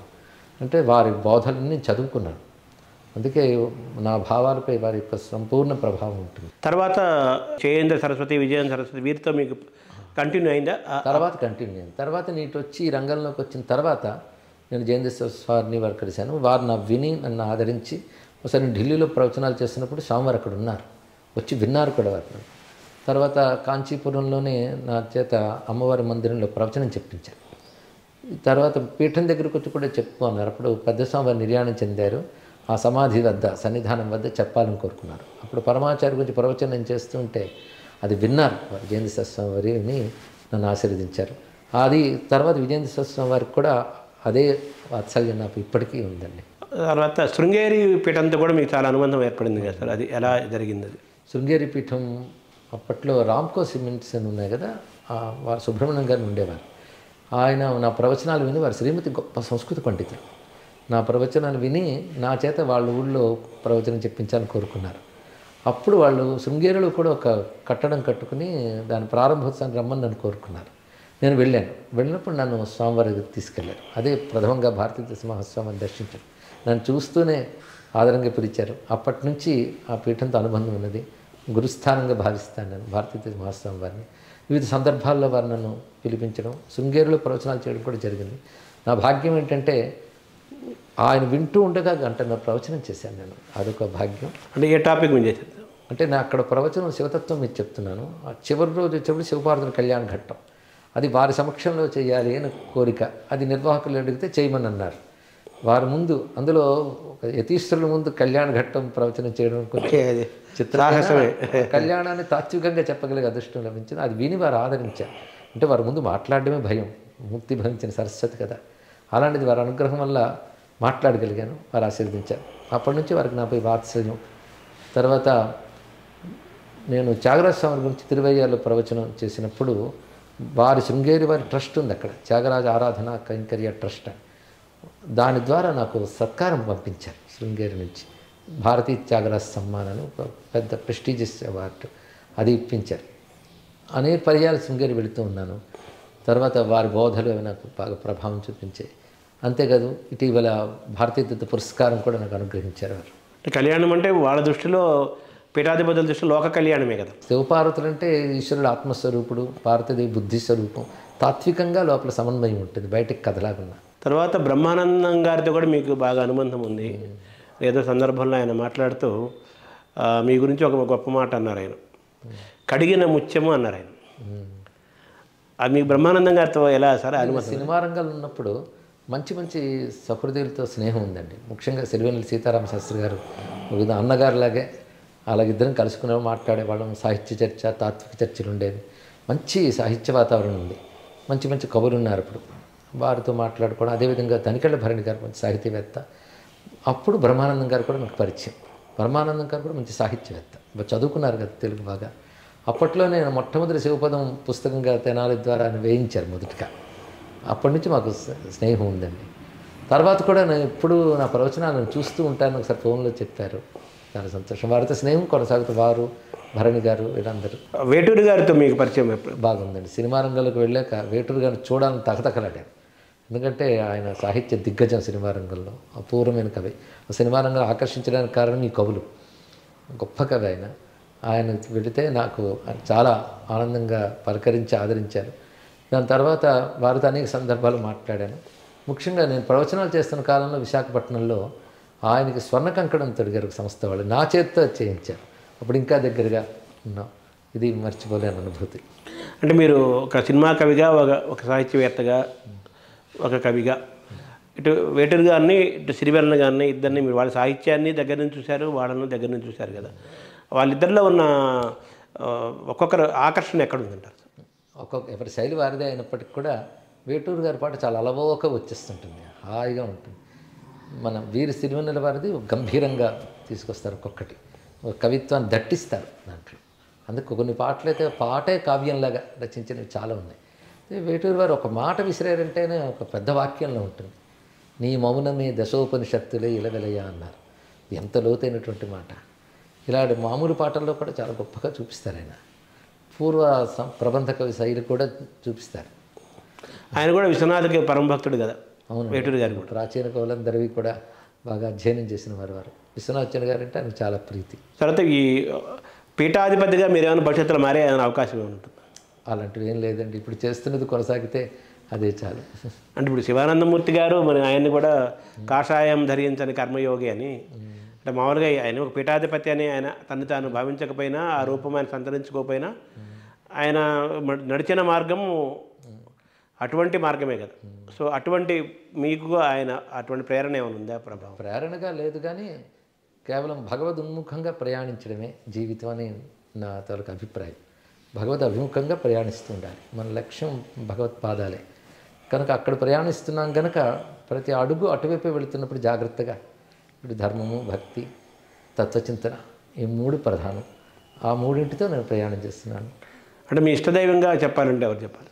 అంటే అద్వైత సిద్ధాంతంలో పరమాత్మ విషయంపై ప్రగాఢమైన అభిప్రాయం ఉంటుంది. సచ్చిదానంద స్వరూపుడు పరబ్రహ్మ ఉపాసకుల కార్యం కోసం బహురూపాలు ధరిస్తారు. ఇష్టదైవం అనేది పూర్వజన్మ లక్షణాలు బట్టి, జీవలక్షణం బట్టి ఏర్పడుతుంది. అలా నాకు పరమేశ్వరుడు, సదాశివుడు అంటే ఇష్టదైవం చాలా. శివుడు? అవునండి, శివుడు నాకు ఇష్టదైవం. తర్వాత మీరు లలితాదేవి ఇదిగోడలో కూడా మీకు ఎక్కువ అమ్మకి ఎక్కువ మీరు మీ వాక్కులో అమ్మ శబ్దం ఎక్కువ వినిపిస్తుంది. ఇంకపక్క ఆంజనేయ స్వామి ఇది కూడా మీకు అనిపిస్తుంటుంది. ఇందరి దేవతల ఆకర్షణల మధ్య మీరు కొట్టుమిట్టట్లేదా? లేదండి, ఎందుకంటే మన సంస్కృతిలో పరతత్వం ఒక్కటే, సచ్చిదానంద బ్రహ్మం. అందుకే ఉపాసకానాం కార్యార్థం బ్రహ్మణో రూపకల్పన అన్నట్లుగా ఒకే పరబ్రహ్మం ఉపాసకుల కోసం బహురూపాలు ధరిస్తుంది. అందుకే నేను ప్రధానంగా శివభక్తుడైన రాముడన్నా కరిగిపోతా, కృష్ణుడన్నా తన్మయుడిని అవుతాను. అదేవిధంగా మన సనాతన ధర్మంలో వేదం ప్రతిపాదించిన దేవతలందరి పట్ల నాకు భక్తి ఉన్నదండి. ఒకే స్పందన లభిస్తుంది వారి గురించి తలుచుకుంటే. సబ్కా మాలిక్ ఏక్ హై అన్నట్టు. అవునండి, మన సహజంగా మన తత్వచింతనే అది కదా. ఇది మన సంప్రదాయ మార్గమే. వ్యాసుడు, శంకర భగవత్పాదులు వారందరూ ఈ మార్గంలో వెళ్ళిన వారే. అయితే ప్రధానంగా నాకు శ్రీ విద్యలో ప్రవేశం వచ్చిన తర్వాత అమ్మవారి ఆరాధన. నాకు చిన్నప్పటి నుంచి అమ్మ అంటే చాలా భక్తి. శివుడు శక్తి వేరనే భావన నాకు లేదు. శివశక్తి ఐక్య రూపమే. అందుకే కొందరు అంటారు నువ్వు శాక్తేయులో శైవులు అని. శివశాక్తేయులు ఉంటాను. ఇప్పుడు మీరు ఇందాక చెప్పుకుంటూ వచ్చారు ఈ సంస్కృత భాషుడు అవన్నీ, తర్వాత మన శ్రీహర్షుడు చెప్పుకుంటూ వచ్చారు కదా, మురారి, ఇలా తర్వాత ఆదిశంకరాచార్యుల్ని మీరు ఎలా చూడాలి? ఆయన్ని మనం మహాకవిగా చూడాలా, మహర్షిగా చూడాలా, శివుడిగా చూడాలా, ఎలా చూడాలి? వేయి పడగల విశ్వనాథ్ వరకు మాట అంటారు, ఆదిశంకరులు మించిన కవి లేరని. అది నిజమే, గొప్ప కవి ఆయన. అయినప్పటికీ దాన్ని మించి తత్వవేత్త ఆయన. కవిత్వం పైది తత్వం. తత్వవేత్తగా నా శిఖరం అందుకున్న తర్వాత తత్వవేత్తగానే మనందరం చూస్తున్నాం. కనుక ఆయన గొప్ప కవి, గొప్ప తత్వవేత్త. పైగా తత్వాన్ని కవిత్వంలో చూపిస్తారు, కవిత్వాన్ని తత్వంగా ఆవిష్కరిస్తారు. అందుకే ఆదిశంకరుల ప్రభావం ఇటు వాంగ్మయంపై, తత్వచింతనపై, రెండిపై ఉంటుంది మనకి. ఆదిశంకరులు అనగానే ఒక ఆవేశం వస్తుంది మాకు. ఆయన గురువు, సంపూర్ణమైన గురువు, జగద్గురువు. జగద్గురువే. కవిగా చూడాలంటే ఆయన ఎలా చూడాలంటే? కవిగా చూడాలంటే ఆయన కనకధార స్తోత్రం మొదలుకొని ప్రతి దాంట్లో ఆ కవితారూపమైన అభివ్యక్తి ఉంటుంది. కవిత్వానికి ప్రధానం రసం, వాక్యం రసాత్మకం, కావ్యం. ఆ రసానుభూతి కలిగించే ఔచితీయవంతమైన శబ్దాలు గొప్ప కవిత్వం అవుతుంది. ఆ దృష్టికోణంలో చూస్తే ఆయన కనకధార స్తోత్రం కానివ్వండి, చిన్నప్పుడు చదివిన స్తోత్రం, 5-6 ఏళ్ల వయసు, దానిలో కానివ్వండి, భవానీ భుజంగంలో కానివ్వండి, ఇంకా సౌందర్యలహరి, శివానందలహరి ఇవి చెప్పక్కర్లేదు. ఇంకా దక్షిణామూర్తి స్తోత్రం అన్ని తత్వగంభీరంగా రచించారు. పైగా సంగీతాత్మకమైన పదములతో ఉంటాయి వారు. వింటూ ఉంటే నితాంతకాంతదంతకాంతి మంతకాంతకాత్మజం అంటూ. కనుక అటు శబ్దాలంకార అర్థాలంకారాలతో కూడాను పుష్టి కలిగిన కవి ఆయన. అందులో ఆయనలో ఒక మహాకవి, ఒక మహావాగ్గేయ స్వరూపం కూడా ఉందని మనం అంతే చెప్పాలి, సందేహం లేదు. అందుకే కానీ ఇప్పటికీ కూడా ప్రపంచవ్యాప్తంగా ఆయన శ్లోకాలు రానివాళ్ళు లేరు. మీరు బాగా మిమ్మల్ని వెంటాడే ఆయన సాహిత్య సర్వస్వంలో ఏది ఎక్కువ సార్ మీకు పదే పదే మీరు మననం చేసుకునేది? దక్షిణామూర్తి స్తోత్రం నాకు ఎక్కువ ప్రీతి అండి వారి రచనల్లో. అలాగే వీళ్ళ పూర్వ పురాణాలలో అనేక అష్టాదశ పురాణాలు ఉన్నాయి కదా, ఈ అష్టాదశ పురాణాలను మీరు అధ్యయనం చేశారు? అష్టాదశ పురాణాలు చదువుకున్నాను సాధ్యమైనంత. వాటిలో మీకు బాగా ఎక్కువ కృషి ఎక్కడ జరిగింది? అంటే పురాణములు 18 అనే ఒక విభాగం అనుకున్నా పురాణం మేమంతా కలిపి ఒకటే అనేది ప్రధానమైనటువంటి లక్షణం నాకు అర్థమైంది. దేనికది గొప్పదైనప్పటికి కూడా పురాణాల్లో విశేషించి స్కాందం మొదలైనవి ఎన్నో విస్తారమైన అంశాలు మనకు చెప్తూ ఉంటాయి. విష్ణు పురాణం ఒకటి చాలా విశేషంగా నాకు నచ్చుతుంది. విష్ణు పురాణం చాలా విస్తారంగా. మార్కండేయ పురాణం అత్యద్భుతమైనటువంటి కథలు నేటి కాలానికి కూడా పనికొచ్చి ఉంటాయి. ఈ రెండు చాలా విశేషంగా అనిపిస్తాయి. అనేక మహాకావ్యాలు అక్కడి నుంచే పుట్టుకుంటూ వచ్చాయి కదా. అవునండి. పురాణమయం మన భారతదేశంలో విడదీయలేని ప్రభావం చూపించింది. ఋషులు ఇప్పటికీ ఉన్నారు. ఎందుకంటే కల్పాంతంలో ఉండే ఋషులు కూడా ఉంటారు, మళ్ళీ కల్పాదిలో తిరిగి వచ్చే వశిష్ఠాది మహర్షులు కూడా ఉంటారు. నేటికి భారతదేశంలో లెక్కలేనంత మహర్షులు ఉన్నారు. మార్కండేయాది ఋషులు, అగస్త్య మహర్షి వీరు ఇప్పటికీ ఉన్నారు, అందులో సందేహం లేదు. అంటే ఈ ఋషిపీఠం అనే శబ్దం అది శాశ్వతమైన శబ్దం, కాలాతీతమైంది. అవునండి. ఋషి దర్శనాత్ అని తపశ్శక్తి చేత అతీంద్రియ దృష్టితో వాళ్ళు ఏ సత్యాలు గోచరిస్తాయో వాటిని మనకు ఆవిష్కరిస్తారు వాళ్ళు ఋషులు. ఆ ఋషులు ఇచ్చిన సంస్కృతే మన సంస్కృతి. అందుకే మన సంస్కృతి ఆర్ష సంస్కృతి అని పేరు. వేదం, పురాణం, ఇతిహాసం ఇవన్నీ కూడా ఋషులు దర్శించి ఇచ్చినటువంటి వాంగ్మయం. మన ధర్మం అంతటికి పేరే ఋషి ధర్మం, అదే ఆర్షధర్మం. అలాంటి ఋషుల భూమి కనుక ఇది ఋషిపీఠం. 2 రకాల పరాయి దాడుల వల్ల మనకి ఉన్న గ్రంథాలు అసలు తగలబెట్టారు, గ్రంథాలయాలు ధ్వంసం చేశారు. ముఖ్యం ఈ ధర్మాన్ని రూపమాపాలను వాళ్ళు చేసిన అకృత్యాలు మనం చాలా కోల్పోయి, తర్వాత మన ధర్మం మనం బ్రతకడం కూడా కష్టమైన కాలాన్ని వాళ్ళు సృష్టించారు. అలా బ్రతికే వాళ్ళని ప్రాణాలు తీసేవారు, వాళ్ళ ధర్మంలోకి మారకపోతే హింసించేవాళ్ళు. దానితో కొంతమంది ప్రాణరక్షణ కోసం మారిపోయిన వాళ్ళు ఉన్నారు, కొందరు ప్రాణాలైనా త్యాగం చేసిన వాళ్ళు ఉన్నారు. అలా మనం ఎన్నో కోల్పోయాం. అయినప్పటికీ ఋషులు సత్యాన్ని మనకి ఇచ్చారు కనుక దాని బలం ఎంత గొప్పగా ఉందంటే కోల్పోయినా మిగిలినవి కూడా చాలా విస్తారంగా ఉన్నాయి. కనుక ఇది ఎప్పుడూ నశించదు, కానీ మనం కాపాడుకోవాల్సిన అవసరం ఉంది. ఎప్పుడు నశించదు కదా అని నిబ్బరంగా ఉండడానికి లేదు, కానీ మనం ఎప్పటికప్పుడు తెలుసుకుంటే తెలియజేయాల్సిన విషయం మాత్రం ఉంది. అంటే మామూలుగా వేదం అనేది అపౌరుషేయం, ఇంపర్సనల్ అంటారు కదా. అంటే మామూలుగా ఏదో ఏ తాళపత్ర గ్రంథాల్లోనూ ఎక్కడ రచనలో ఉన్నది కాదు అది పరంపరాగతంగా అలా వస్తుంది. గురు పరంపర ద్వారా శిష్యులు వినటము, ధారణ చేసుకోవటము, వల్లివేయటము, తిరిగి మళ్ళీ చేయటము, ఇలా ఇక్కడ ధరించబడి శృతంలా వచ్చింది కదా వేదం. అప్పుడు మనకు తస్కరణ ఎలా జరిగిందండి? అంటే తస్కరణ అంటే ఎవరైతే ఆ విద్యలో అలా ఉన్నారో వాళ్ళని నాశనం చేయడమే విద్యను నాశనం చేయడం. అదే కాకుండా మనకు ప్రధానంగా వేదం ఒక్కటి అపౌరుషమని చెప్పిన పౌరుషేయ వాంగ్మయం కూడా చాలా ఉన్నది. వేదాలను ఆధారం చేసుకుని వచ్చిన శాస్త్రాలు ఎన్ని ఉన్నాయి మనకి, అవన్నీ లేఖ్యములే కదా. అలాంటివి ఇతిహాసాలు, పురాణాలు, స్మృతులు, ఇంకా శాస్త్ర గ్రంథములు మనం చూసుకుంటే ఇటు జ్యోతిషాస్త్రములు ఇత్యాదులు అన్నీ కూడా వేదం ఆరిజిన్గా వచ్చినటువంటివే. అవన్నీ గురు శిష్యులు నేర్చుకోవడమే కాకుండా గ్రంథములుగా కూడా మనకున్నాయి. అలాంటి గ్రంథాలు ఎన్నుండేవో అవన్నీ కూడా ఇళ్లలోకి దూరి మరీ బయటకు తీసుకొచ్చి 4 రోజుల కోడల్లో దగ్ధం చేసిన మనకు చరిత్ర చెప్తున్నది. ఇన్ని కోల్పోయిన మనకు ఇంకా మిగిలి ఉన్నాయి. మనం ఎక్కువ కోల్పోయామంటారు? ఎక్కువ కోల్పోయిన సందేహం లేదండి. ఎందుకంటే నలంద లాంటి విశ్వవిద్యాలయాలు దగ్ధం చేసినప్పుడు కొన్ని నెలలు పట్టాయి. అలా కాశ్మీర్ దేశంలో ఎన్నో ఆలయాలని ధ్వంసం చేశారు. ఇంకా మనకు ప్రస్తుతం చెప్పుతున్న భారతదేశంలో ధ్వంసం చేసినవి సామాన్యం కాదు. ఆలయాలంటే కేవలం కట్టడాలే కాదు, వాటి వెనకాల విజ్ఞానం ఉండేది, వాటిని ఆధారం చేసుకుని విద్యా సంస్థలు ఉండేవి, అన్నీ ధ్వంసమయ్యాయి. భారతీయుల యొక్క ఆలోచన విధానంలో జ్ఞానం అనేది దర్శనం ద్వారా జ్ఞానం జరుగుతుంది. భారతీయుడికి కేవలం పఠనం ద్వారా కాదు, దర్శనం ద్వారా జ్ఞానం పొందుతుంది. మన ఋషులందరూ కూడా దర్శనం ద్వారానే అపారమైన జ్ఞానాన్ని పొందారు, సృష్టించారు, జాతికి అందించారంటారు కదా. దాంతో మీరు ఏకీభవిస్తారు సార్? సందేహం లేదండి. ఎందుకంటే తపస్సు బాగా ఉండాలి. తపస్సుకి సత్యం సాక్షాత్కరిస్తుంది, ఊహకి కాదు. ఊహాభావం ఇవి వేరు. తపస్సు వల్ల ఏమవుతుందంటే స్పష్టంగా సత్యం సాక్షాత్కరిస్తుంది. అందుకే దాని పేరు దర్శనం. ఋషి దర్శనాత్ అనే మాట అందువల్ల వచ్చింది. ఆ దర్శన శక్తి కలిగిన వాడిని ఋషి అంటారు. ఋషుల దర్శనంతో ఇచ్చారు కనుక వారు పరస్పర విభేదాలు ఉంటాయి. అదే మనకు వేదములన్నీ అనేక వేల ఋషులు మనకి ఇచ్చినటువంటివే. కానీ ఒక ఋషి చెప్పేదాన్ని ఇంకో ఋషి చెప్పేదాన్ని వైరుధ్యం ఉండదు, వైవిధ్యం ఉంటుంది. అది మనం గమనించవలసిన అవసరం. అనేక మంది ఋషులు తపస్సుతో చేసిన దర్శనమే వేదం. దాన్ని ఆధారం చేసుకుని ఇతర శాస్త్రములన్నీ మనకి వచ్చాయి, పురాణాలు కానీ ఇవన్నీ కూడా. వైదిక ధర్మం ఇంత విస్తరించింది. వీరందరూ ఋషులు దర్శనం చేసి తెచ్చినవే. ఆ దర్శన శక్తి కోసం మనం తప్పించితే మనం చక్కగా అర్థం చేసుకుని మన భావం మన ఊహ కూడా మార్గంలో ఉన్నప్పుడు అది పవిత్రం అవుతుంది, ప్రపంచాన్ని పనికొచ్చేది అవుతుంది. అంటే మీకేమన్నా అనుభవం అవుతుందా ఆ దర్శనం? నాకు మా నాన్నగారి దయ వల్ల ఋషి ఆలోచన ఎలా ఉంటుంది, ఋషి భక్తి ఏమిటి అనేది బాగా నేర్పారు మాకు. దానివల్ల ఆ ఋషి చింతనకు విరుద్ధమైనవేవి ఆకర్షించవు. ఆ ఋషి చింతనకు తగ్గట్టు ఉన్నవే దాని వేద ప్రమాణం అంటాం, శాస్త్ర ప్రమాణం అంటాం ఇక్కడ.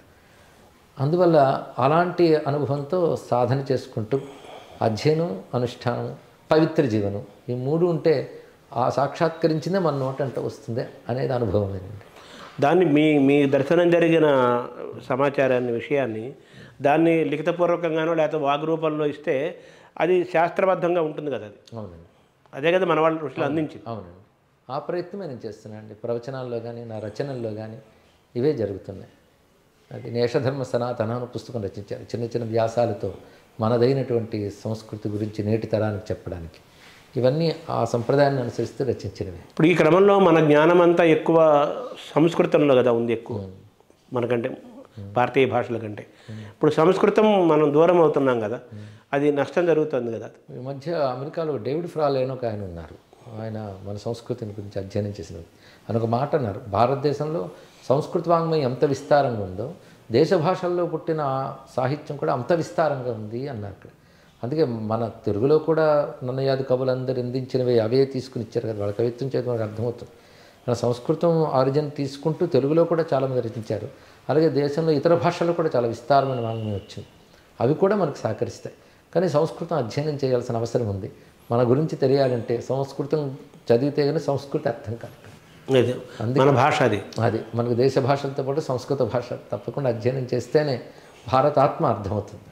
అంటే మన ఆచార వ్యవహారాలు ఇవన్నీ కూడా శాస్త్రీయమైనవని ఇప్పుడు కూడా లేటెస్ట్గా కూడా చెబుతున్నారు.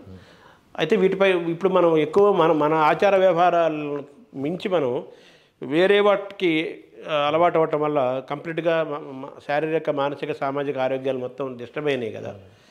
దాని నుంచి మళ్ళీ మనం మన ఆచార వ్యవహారాలు కనెక్ట్ అయితే మళ్ళీ మనం తిరిగి మళ్ళీ మన ఆరోగ్యాన్ని మనం తెచ్చుకునే అవకాశం ఉంటుంది. తెచ్చుకునే అవకాశం ఉందని ఇప్పుడు రుజువు చేస్తున్నారు కదా. మన యోగ జీవన విధానం, మన వైద్య విధానం, మన యొక్క క్రమశిక్షణ రూపమైన జీవన విధానం ఇవన్నీ ఇప్పుడు మళ్ళీ తెలుసుకుంటున్నారు ప్రపంచవ్యాప్తంగా. అయితే బాధాకరమైన అంశం ఏంటంటే మన భారతదేశంలోనే భారతీయతకి వ్యతిరేకత అనేది చాలా కనబడుతుంది.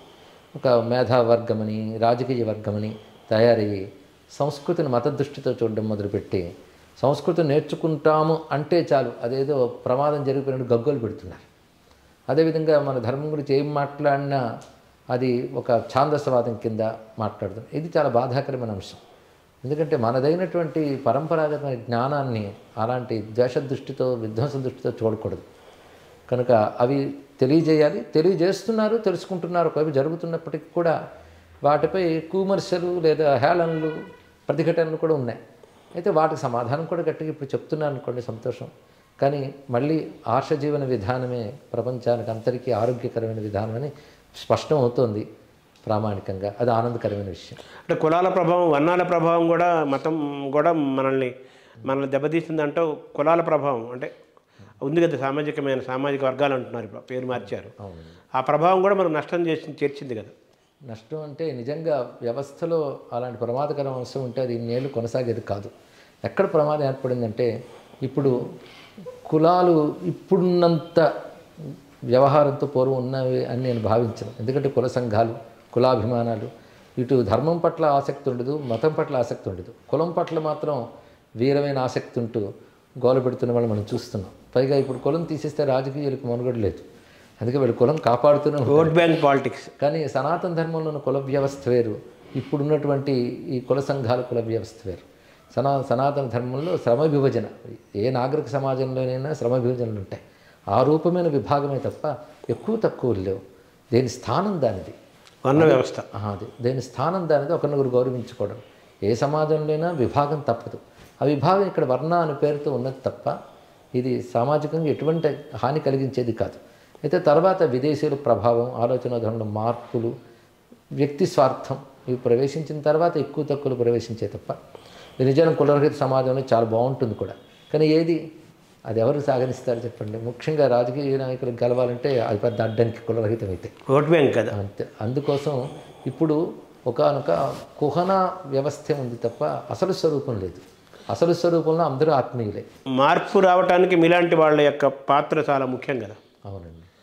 మనుషుల్లో అంటే భారతీయతకి ఎంత దగ్గర అయ్యే కొద్దీ, హిందూ సనాతన ధర్మానికి దగ్గర అయ్యే కొద్దీ, భారతీయమైన ఆలోచన ఆత్మకు దగ్గర అయ్యే కొద్దీ ఇటువంటి వాడికి దూరం అయ్యే అవకాశం ఉంది కదా. అవునండి. అది మనకి కొన్ని శతాబ్దాల నుంచి మహాత్ములు చేస్తూనే ఉన్నారు. రామకృష్ణ పరమహంస ఆయన ప్రభావం చేసి, స్వామి వివేకానంద లాంటి వాళ్ళందరూ, సనాతన ధర్మాన్ని ప్రతిష్ఠ చేసిన మహాత్ములందరూ ఈ కోణంలోనే ఆలోచించి హైందవ జాతిని ఐక్యం చేసినటువంటి వారే. ఆ కోవలో మాట్లాడుతున్న వాళ్ళందరూ అవన్నీ చేయగలరు. అంటే మీరు మన ఋషిపీఠం రాసే సంపాదకీయాల్లో కానీ, అప్పుడప్పుడు మీరు చేసే ప్రవచనాల్లో కానీ, హిందూ ధర్మం పట్ల మీరు భయంతో ఉన్నారా? ఎలా ఉన్నారు? అంటే భయం లేదు, కానీ జాగ్రత్త పడాల్సిన అవసరం మాత్రం ఉంది. ఎందుకంటే ఎక్కువ మనకు ప్రమాదం అంటే నిర్లక్ష్యం, ఉదాసీనత. ఈ రెండే మనకు ఎక్కువ ప్రమాదం. ఆ రెండింటి నుంచి బయటపడి ముందుగా మన ధర్మంపై గౌరవం ఏర్పడాలి. ఇది నాది అనే ఫీల్ ముందు కలగాలి. తర్వాత రక్షించుకోవాలనే భావం కలగాలి. ఈ రెండు పరిజ్ఞానం తర్వాత, ముందు నాది అనే భావం, రక్షించుకోవాలనే భావం, ఈ రెండు ఏర్పడితే పరిజ్ఞానం తర్వాత వస్తుంది. అది ప్రతి ఒక్కరికి కలిగించాలని తాపత్రయం. ఎందుకంటే తన ధర్మంపై గౌరవం లేని వాళ్ళు ఎవరైనా ఉంటే ఎక్కువ సంఖ్యలో హిందూ ధర్మంలోనే ఉన్నారు, ఇంకెక్కడా లేరు. అంటే ధర్మం అంటే అది జీవన విధానం అనాలా? అంతే. ధర్మం అంటే ఆలోచన విధానం, జీవన విధానం. మనదైన భారతీయ జీవన విధానానికి ఎంత శాతంలో మనం ఉన్నాం ఇప్పుడు? చాలా దూరం అయిపోయామని చెప్పడంలో సందేహం లేదండి. కానీ మళ్ళీ ఇటీవల కాలంలో చాలామంది దాంతో అనుసంధానింపబడుతున్నారు. అది సంతోషకరమైన విషయం. సార్, తర్వాత మీకు మంత్రోపాసన ఎప్పుడు మీకు మొదలైంది? మామూలు సాధారణంగా మీకు తెలిసిందే, మనకు ఉపనయన సంస్కారంతో తండ్రి మంత్రం ఇస్తారు. ఇప్పుడు నాన్నగారే నాకు కొన్ని మంత్రాల ద్వారా చేశారు. తర్వాత నాకు సద్గురువుని ఆశ్రయించి శ్రీ విద్య తీసుకోవాలని ఆసక్తి ఉండేది. అది నాకు ఇందాక చెప్పిన మద్రాసులో తీరింది. వారి ద్వారా నేను విద్యలన్నీ స్వీకరించడం జరిగింది. అక్కడి నుంచి ఉపాసన మార్గంలో ఉంటూ, అది కూడా అంతర్ముఖ దృష్టితో కూడిన ఉపాసన మార్గమే నేను స్వీకరించాను. అంటే రమణ మహర్షి లాంటి వాళ్ళు మౌనాన్ని ఎందుకు ఆశ్రయించారు సార్? అదేనండి. లోకానికి ఇప్పుడు మీరు చెప్తున్నారు, మీరు చెప్పడం వల్ల చాలామంది తెలుస్తోంది, భారతీయత తెలుస్తోంది. అన్ని తరాల వాళ్ళు, అన్ని జనరేషన్స్ వాళ్ళు కనెక్ట్ అవుతున్నారు, తెలుసుకుంటున్నారు. అటువంటి జ్ఞానులు మౌనాన్ని ఎందుకు ఆశ్రయించారు రమణ మహర్షి? మౌనం అంటే జ్ఞానం అని అర్థం అండి. మౌనం అనే పదానికి జ్ఞానం అని అర్థం. అయితే మహాత్ములు ఆయన మౌనంలో ఉండుంటే రమణ మహర్షి మనకు తెలిసేవారు కాదు. ఆయన సిద్ధులై మౌనంలో ఉన్నారు, కానీ ఆయన మౌనం వదిలి మాట్లాడితేనే మనకు తెలిసారు. అది ఆ మౌనానికి వ్యాఖ్యానమే వారి మాట. అదే మౌనం అంటే మాట్లాడకుండా ఉండడం అని కాకుండా ఒక భగవద్ అనుభవంతో, బ్రహ్మానుభవంతో ఉండడమే మౌనం. అలాంటి మహాత్ములకి కారుణ్యం అనేది ఉంటుంది, ఈశ్వర ప్రేరణ ఉంటుంది. ఆ ఈశ్వర ప్రేరణ వచ్చినప్పుడు వారు మాట్లాడతారు, నిలబడతారు. కనుక వారి ఉనికి, వారి మాట రెండూ కూడా మనకు ప్రభావం చూపిస్తాయి. అయితే ఎందరో మౌనులు ఈ దేశంలో ఉన్నారు. కొందరు తెలియబడతారు బయటికి. రమణుల వారు మనకు తెలియబడ్డారు. తెలియబడిన మౌనులు ఎందరు ఉన్నారు. అందుకే మౌనం అంటే పరిపూర్ణమైన బ్రహ్మానుభవమే మౌనం.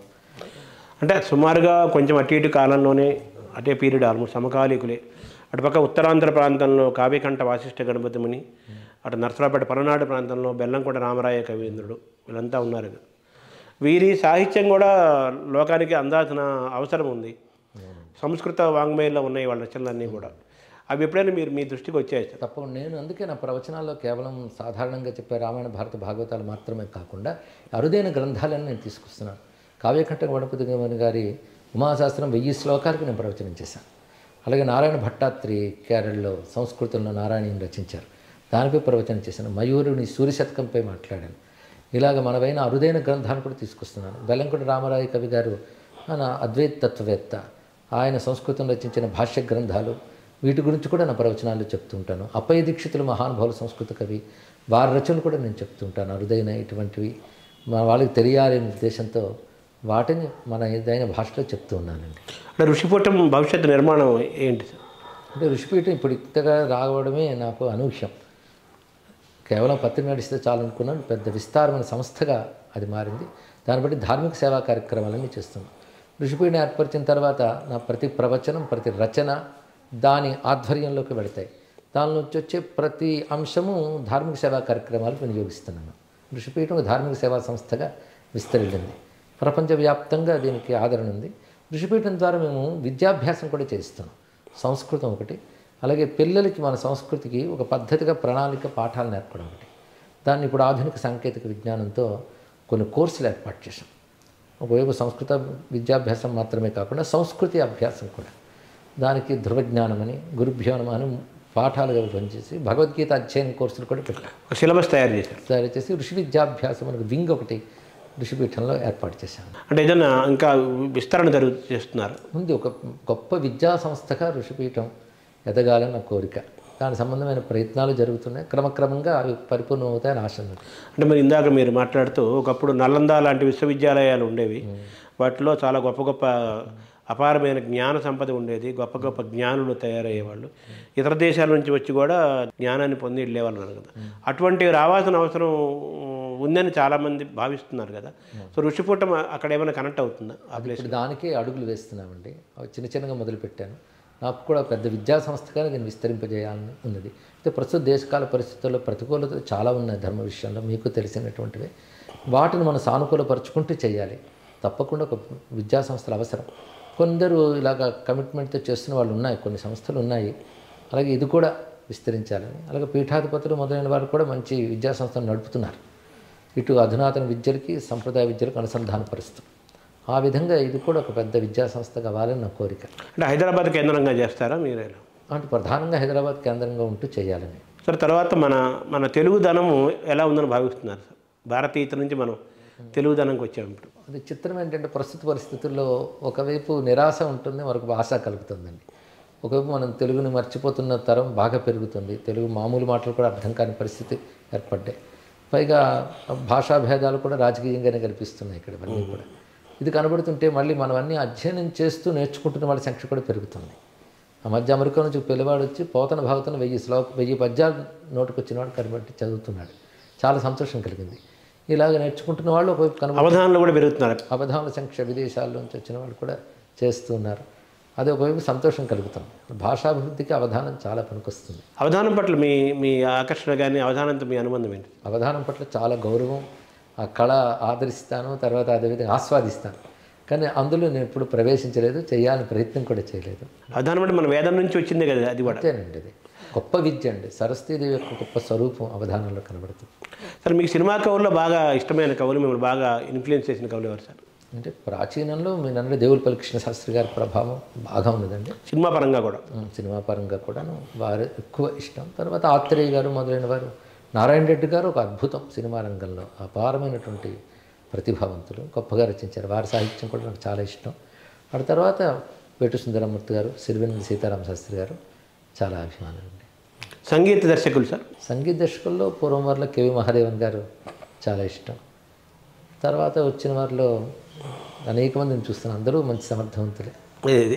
ఎక్కువ కేవి మహాదేవన్ మీకు మలయాళీ అయినప్పటికీ కూడా. అవునండి. రచనలు ఏమైనా రాబోతున్నాయి సార్ మీ దగ్గర నుంచి త్వరలో?